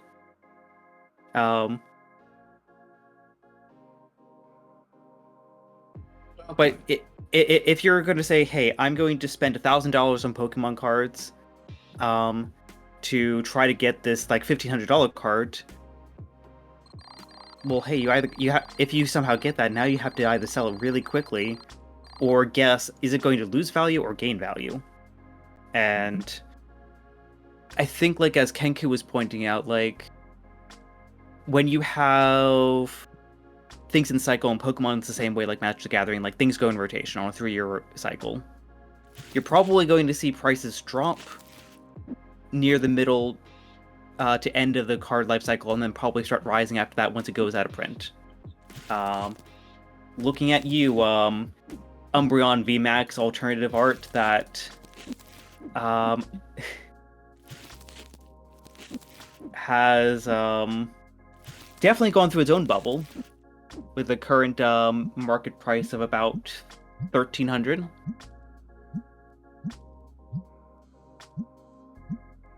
Gee, gosh, I wonder why Umbreon's so popular.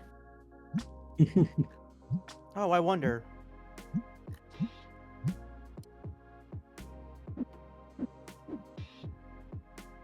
But yeah, it's these cards are an investment. Okay, well, are they guaranteed to get a certain return after a while? Or are they going to drop in value?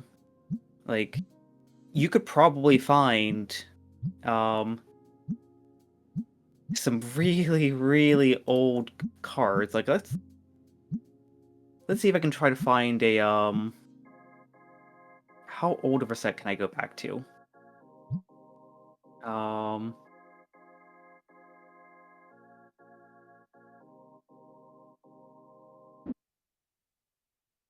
Oh, is that literally base set?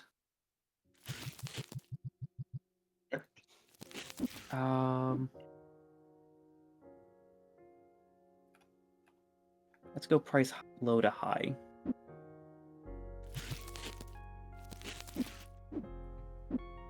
Here's a really silly example.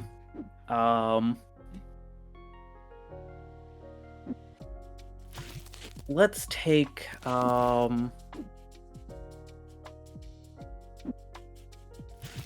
Rattata from base set 2, which I'm pretty sure is over 20 years old. Don't want to look it up, but I'm pretty sure, judging from the borders and stuff, this is probably 20 years old. Hi, Evith. That Rattata you could buy for like 30 cents. Unless you're getting the hits, the cards aren't probably going to be worth it.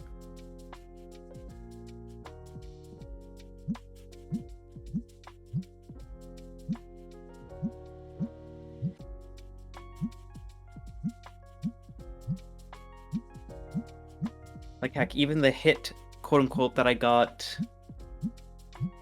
a few weeks ago when I opened up a set of Black Bolt, that full art illustration rare Axu, $15.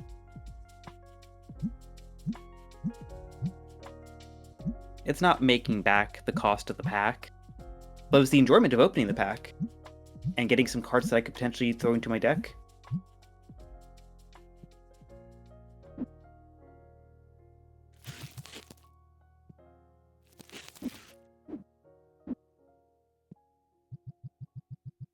But the cart market has definitely spawned some not so fun practices. Particularly that of card resealing. Oh? Rank up. Hold the line. This hamlet shall not fall. Chrysov's raided my stream with 8 viewers. Chrysovos! Hello! How are you, cutie? Welcome in, everybody. I am Razim. We're currently doing some TCG Card Shop Simulator. We've got a whole bunch of stuff that we do here, though. Lots of tabletop games, Pathfinder, multiple Pokemon games, couple of Digimon ones, a Star Wars campaign. Then we have several artists that come and join us throughout the week. And yeah, hit that follow button and come join us again. Chris Alves, I hope you had a fantastic stream. Would you like a regular shout out or a random clip from your channel brought up?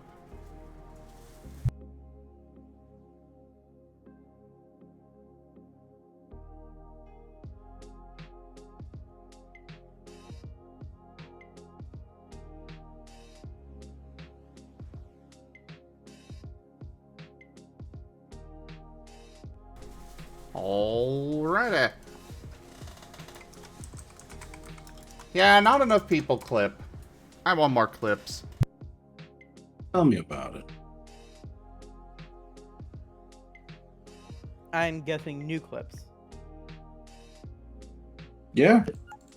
Some of the clips that I've gotten are like several years old at this point, and those are my better ones. People just don't clip, it seems. But honestly, we could probably be doing a better job reminding them. What the fuck? Yes, it is a trap. They go spin. Ooh. It can be useful.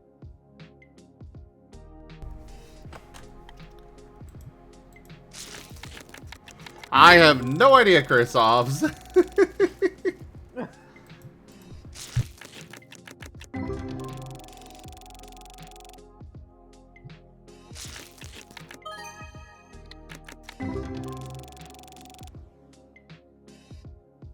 Yeah, what I was mentioning was I've seen the practice of card pack resealing where, you'll take someone who will open up packs carefully, take anything of value out, stuff, the junk cards back in, and then either return the booster packs they bought or, resell them at a markup because, hey, something like Prismatic is going for almost double the MSRP at this point. So why not double dip their earnings off of cardboard? And it makes me sad. Very, very Indeed. sad. Aw.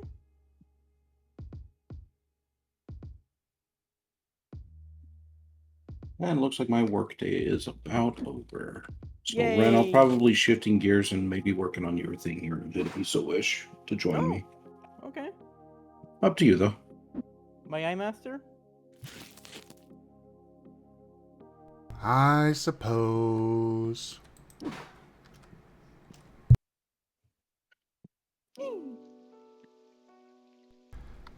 Snug, snug master.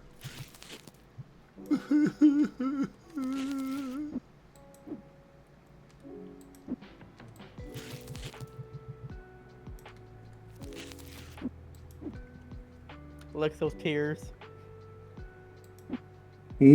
Salty gamer tears. Yeah, that's what was going through my head when he said that too.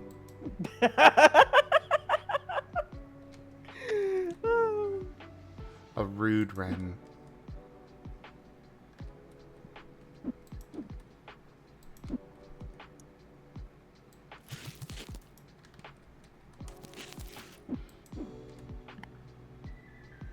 How many did you order, master?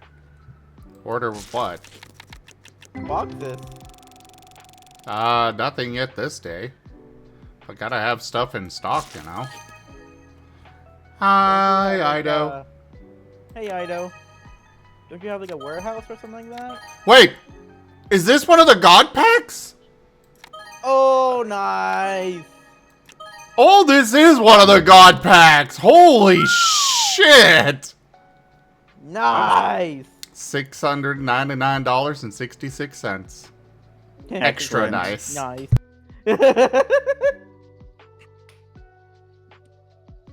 The first one, I'm like, oh, okay, moving on. The second one, wait, what? Then the third, I'm like, what?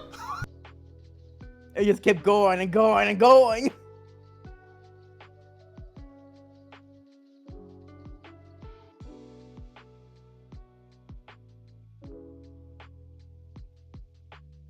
You know, quick reminder, everybody. Clips are great.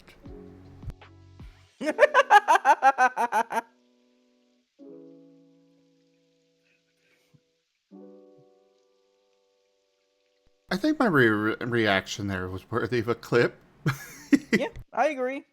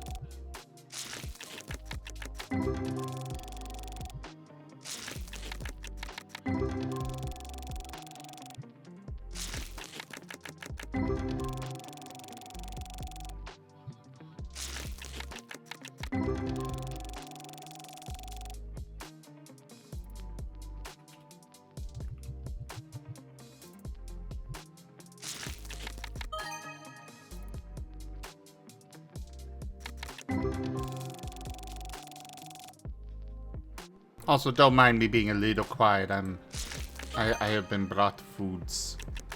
Food. What'd you get? Taco or walking taco and some griller items from the gas station. A walking taco in the little baggie and everything? Yeah. I tried those a few months ago, and I very much enjoyed them. I should make them again. To anyone who's unaware of what a walking taco is, it's when you take all the taco bits, like, ground meat, cheese, etc., and you put them in like a little chip bag, and you crunch up the chips a little bit, and you have it like that. It's almost like nachos, but it's called walking taco because you could just carry it with you. I will say It's very nice. I will say with this, these are actually literally called the walking taco. It's pre-made bag specifically designed for this. Mm-hmm. You can Yeah, find them at a lot I of made gas mine from stations. quote-unquote scratch. Oh, gotcha. Wee. Well, my gas stations are boring then.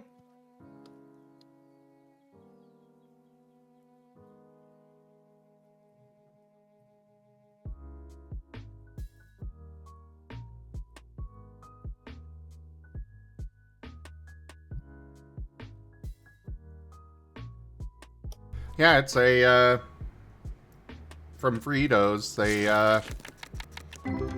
it's a nice big side open bag, essentially. Mm-hmm. You tear it open, put the cheese and chili or whatever else you want to put on it in there, and enjoy. Mm-hmm.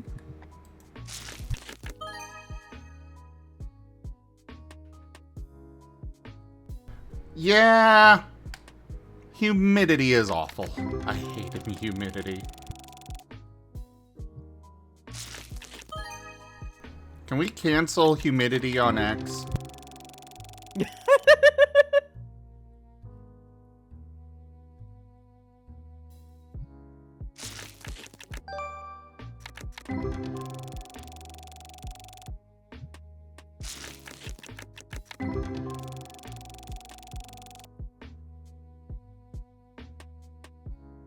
You know, I made a joke about water the other day.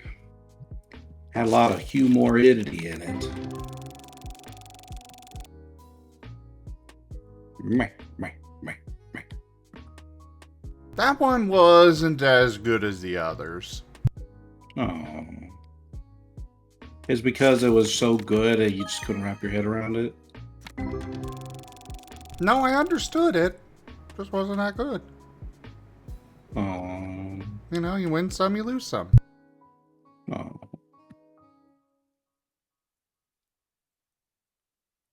Schniffle.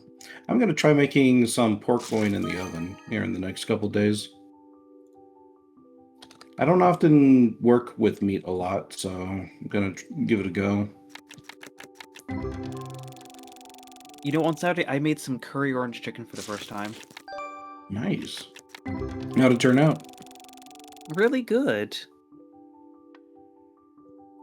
Because basically you have like a nice blend of the like acidity of the orange juice with the like savoriness of the curry with a little bit of sweetness from honey that I also added in with the chicken, and it was just since I was like still doing it for the first time, I actually kind of more slow cooked it, so it kind of like almost took on this more like almost caramelized brown color. So it was like it actually was quite rich.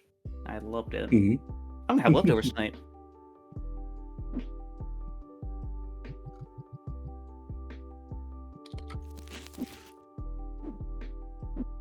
Meh.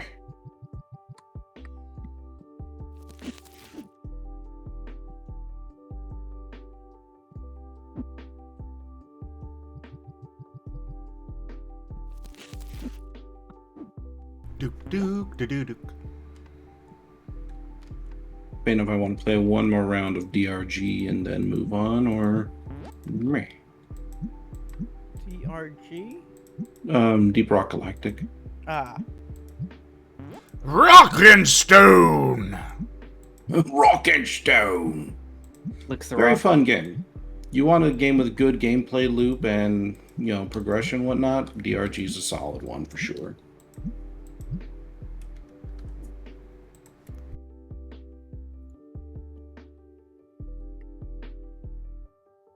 The fact that it's an older game at this point, I think it was released in 2018, and still maintains a very strong community should say something. I mean, they respect their customers. That's a huge thing. Mm-hmm.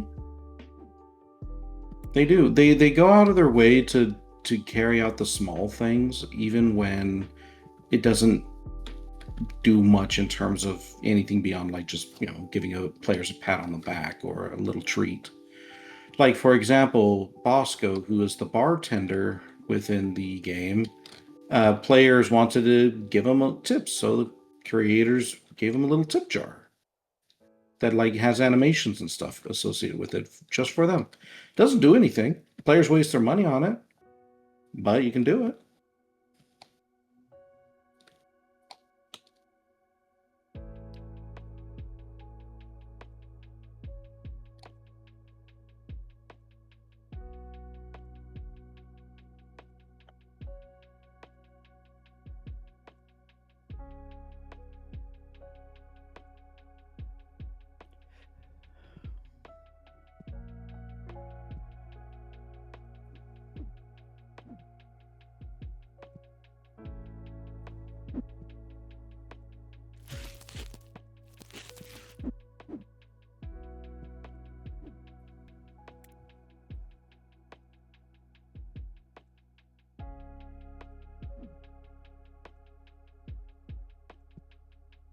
Alright, anything else I need to order? Nope, we're good back here.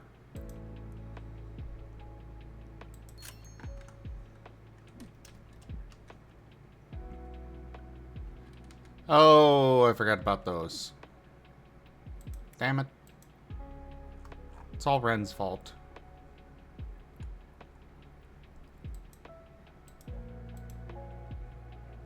When is it not Ren's fault? When it's my fault. Touche.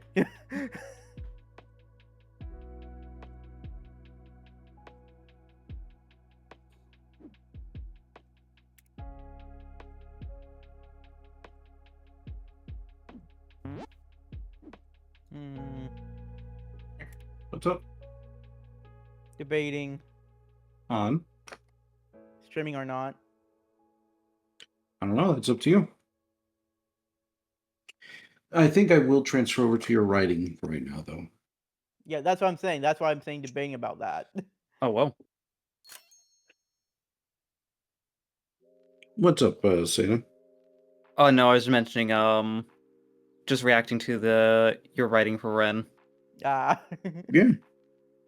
Yeah, we got about a page and a half done yesterday, but I ended up deleting about half a page because I just wasn't liking how the flow was looking. Very valid. Yep.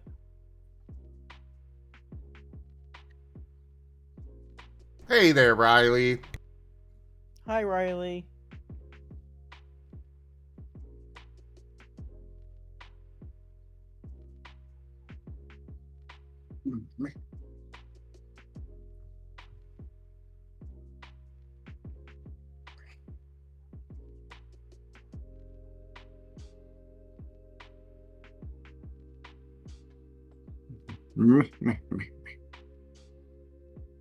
Hello, Key. Hugs, Master.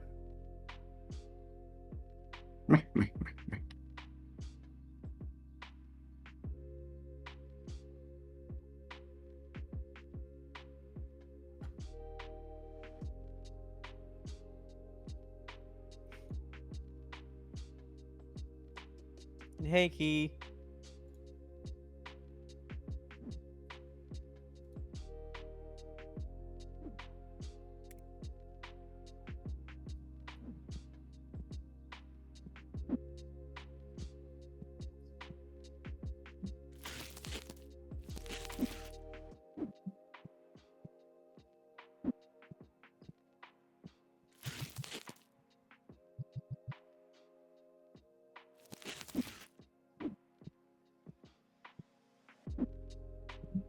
Oh, the cloud of stinks.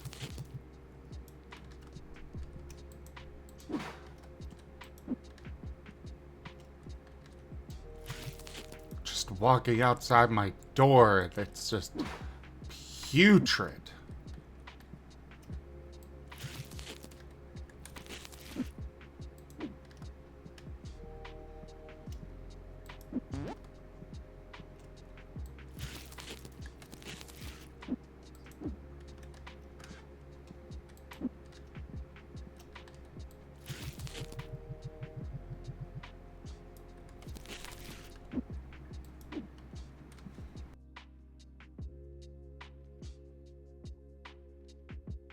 Alright, get all this restocked. Pat the bwee. Oh wait, they are dead. There is no more Buizel. There is only What do you mean? Renamon. Oh.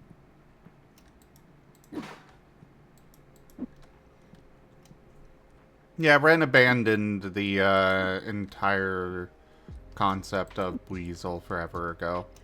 I did not!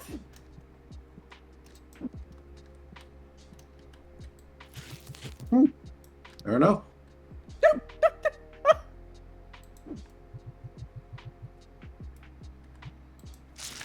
I said I did not! Yeah, and I said fair enough.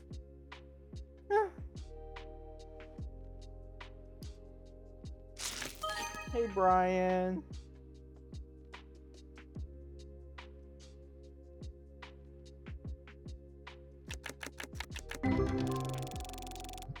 So I do have a question for you, Master.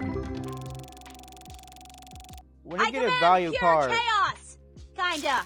Kenku has turned Ren into a Nickit. They can only Nickit? talk like that Pokemon for 2 minutes. Oh, you're gonna Nickit. nick my high value card, huh? Nickit, What the hell, Ren? Nickit, Brian Magna thinks Renasal is a good boy. Nickit. I mean, Nick, it is pretty fun. Nickit? Yeah. Mm-hmm. One of my favorites. Nickit. You know, it wasn't on my list until I saw like a really cool Yacha with it, and then I'm like, actually, you know what? I kind of like this. Nickit. All right. Well, do you want to stay here, Ren? Do you want to go to a different server while we discuss? Brian Magna is sending love to everyone. Nickit. Nickit, Nickit, Nickit, Nickit, Nickit, Nickit, Nickit, Nickit. I don't know if we're allowed to do a hot tub stream. Nickit? Nickit. I mean, it wouldn't be the first time that he's gone on with inappropriate stuff on stream. Like, the number of times that he's told me he's coming is just, seriously? How am I not banned already because of him? Nickit.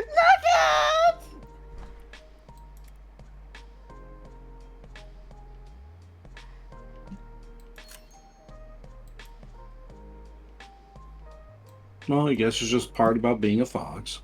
Mm-hmm. Nickit. Nickit. I mean, look, I'm sure, you know, just a nice trip to the sauna, you know, we can keep within TOS mostly. Nickit. Nickit, Nickit. I mean, we could, but I don't know about Ren. Brian Magna tip $75. Let's get ready to have some fun. Zim. Thank you very much for that tip, Brian. However, I do have to ask.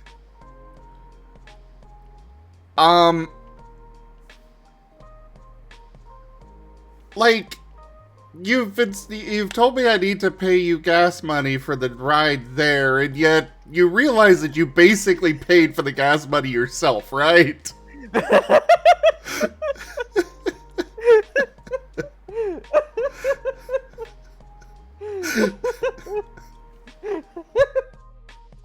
Me.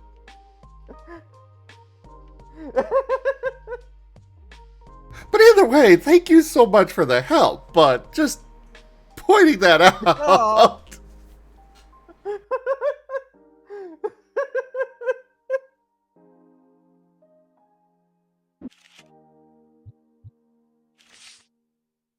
Pat to Brian. And to answer your question, Rygon, I don't mind either or. Well, make a decision. That'll determine the topics. Rygon, you're asking a bottom to make a decision. I know, that's what I love to do. I like to see them squirm. You know, fair. Oh God!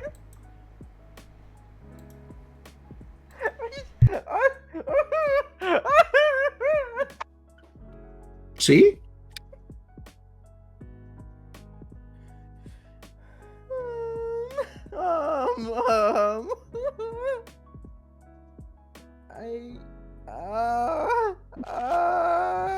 I feel like the Renamon can go for a nice data defragmentation.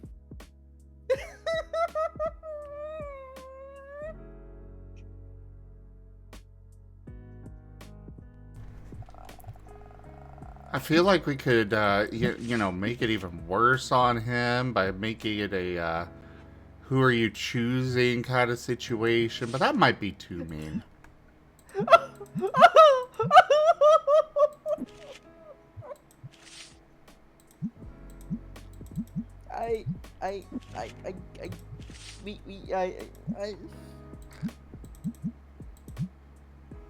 Okay. Apparently, Ren.exe has failed. Private? Okay, that's what I thought. All right, So then no I will stream then, catch you Ren? guys later. No. So you want to go do the naughties with Raygon, I understand. Well, go have fun. Make sure he uses protection. Trust me, it won't be necessary.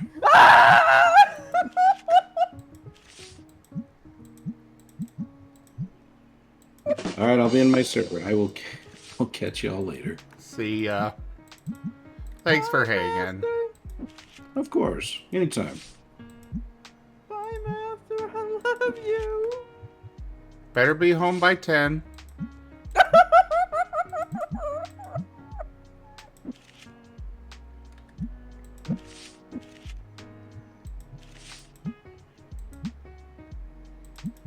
And then there were two.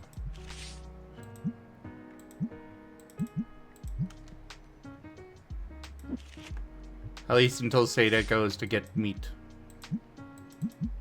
I mean, I've been, I'm contemplating jumping over and, informing Abby how much I love him. Like I said, until Seda goes to get meat.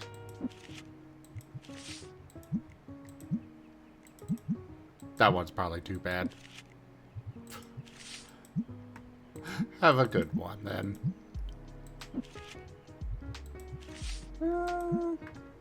Tell him he's cute. I will. Bloop. I'll be back later. Oh, cool. See you then. And then there was one.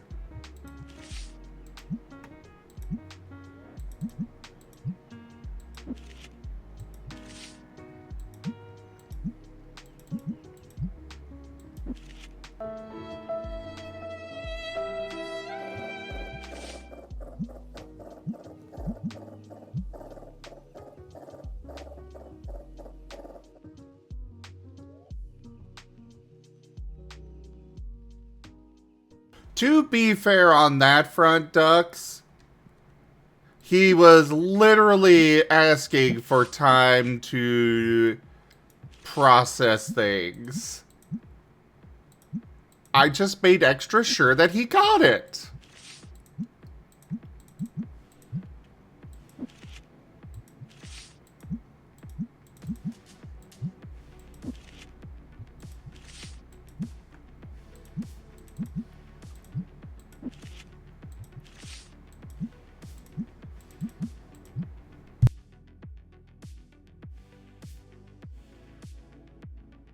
I hope it goes great for you, Riley, and that you have a fantastic time.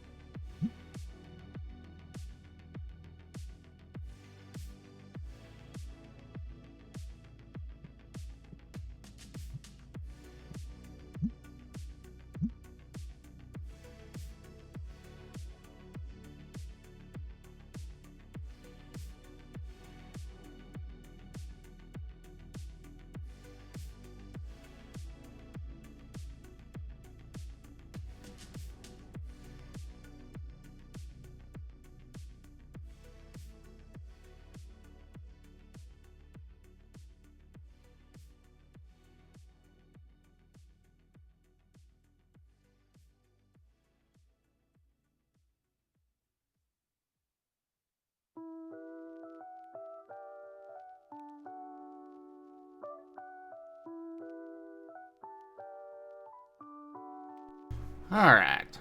Sorry about that.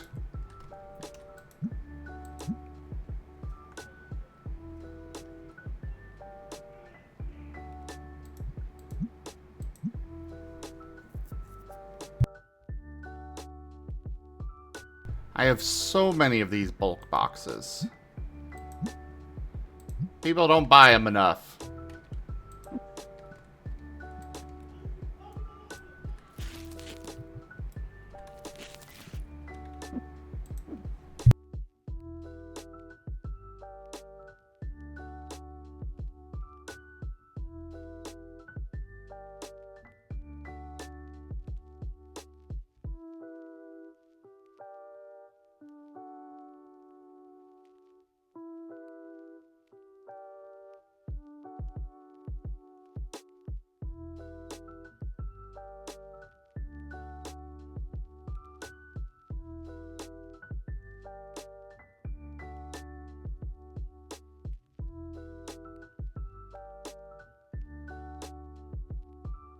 I mean, the ship has not actually begun to sail yet, though.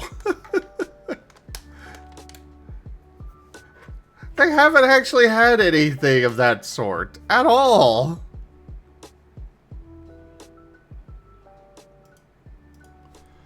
But I think I'm gonna go ahead and call it on this game for now. And swap games.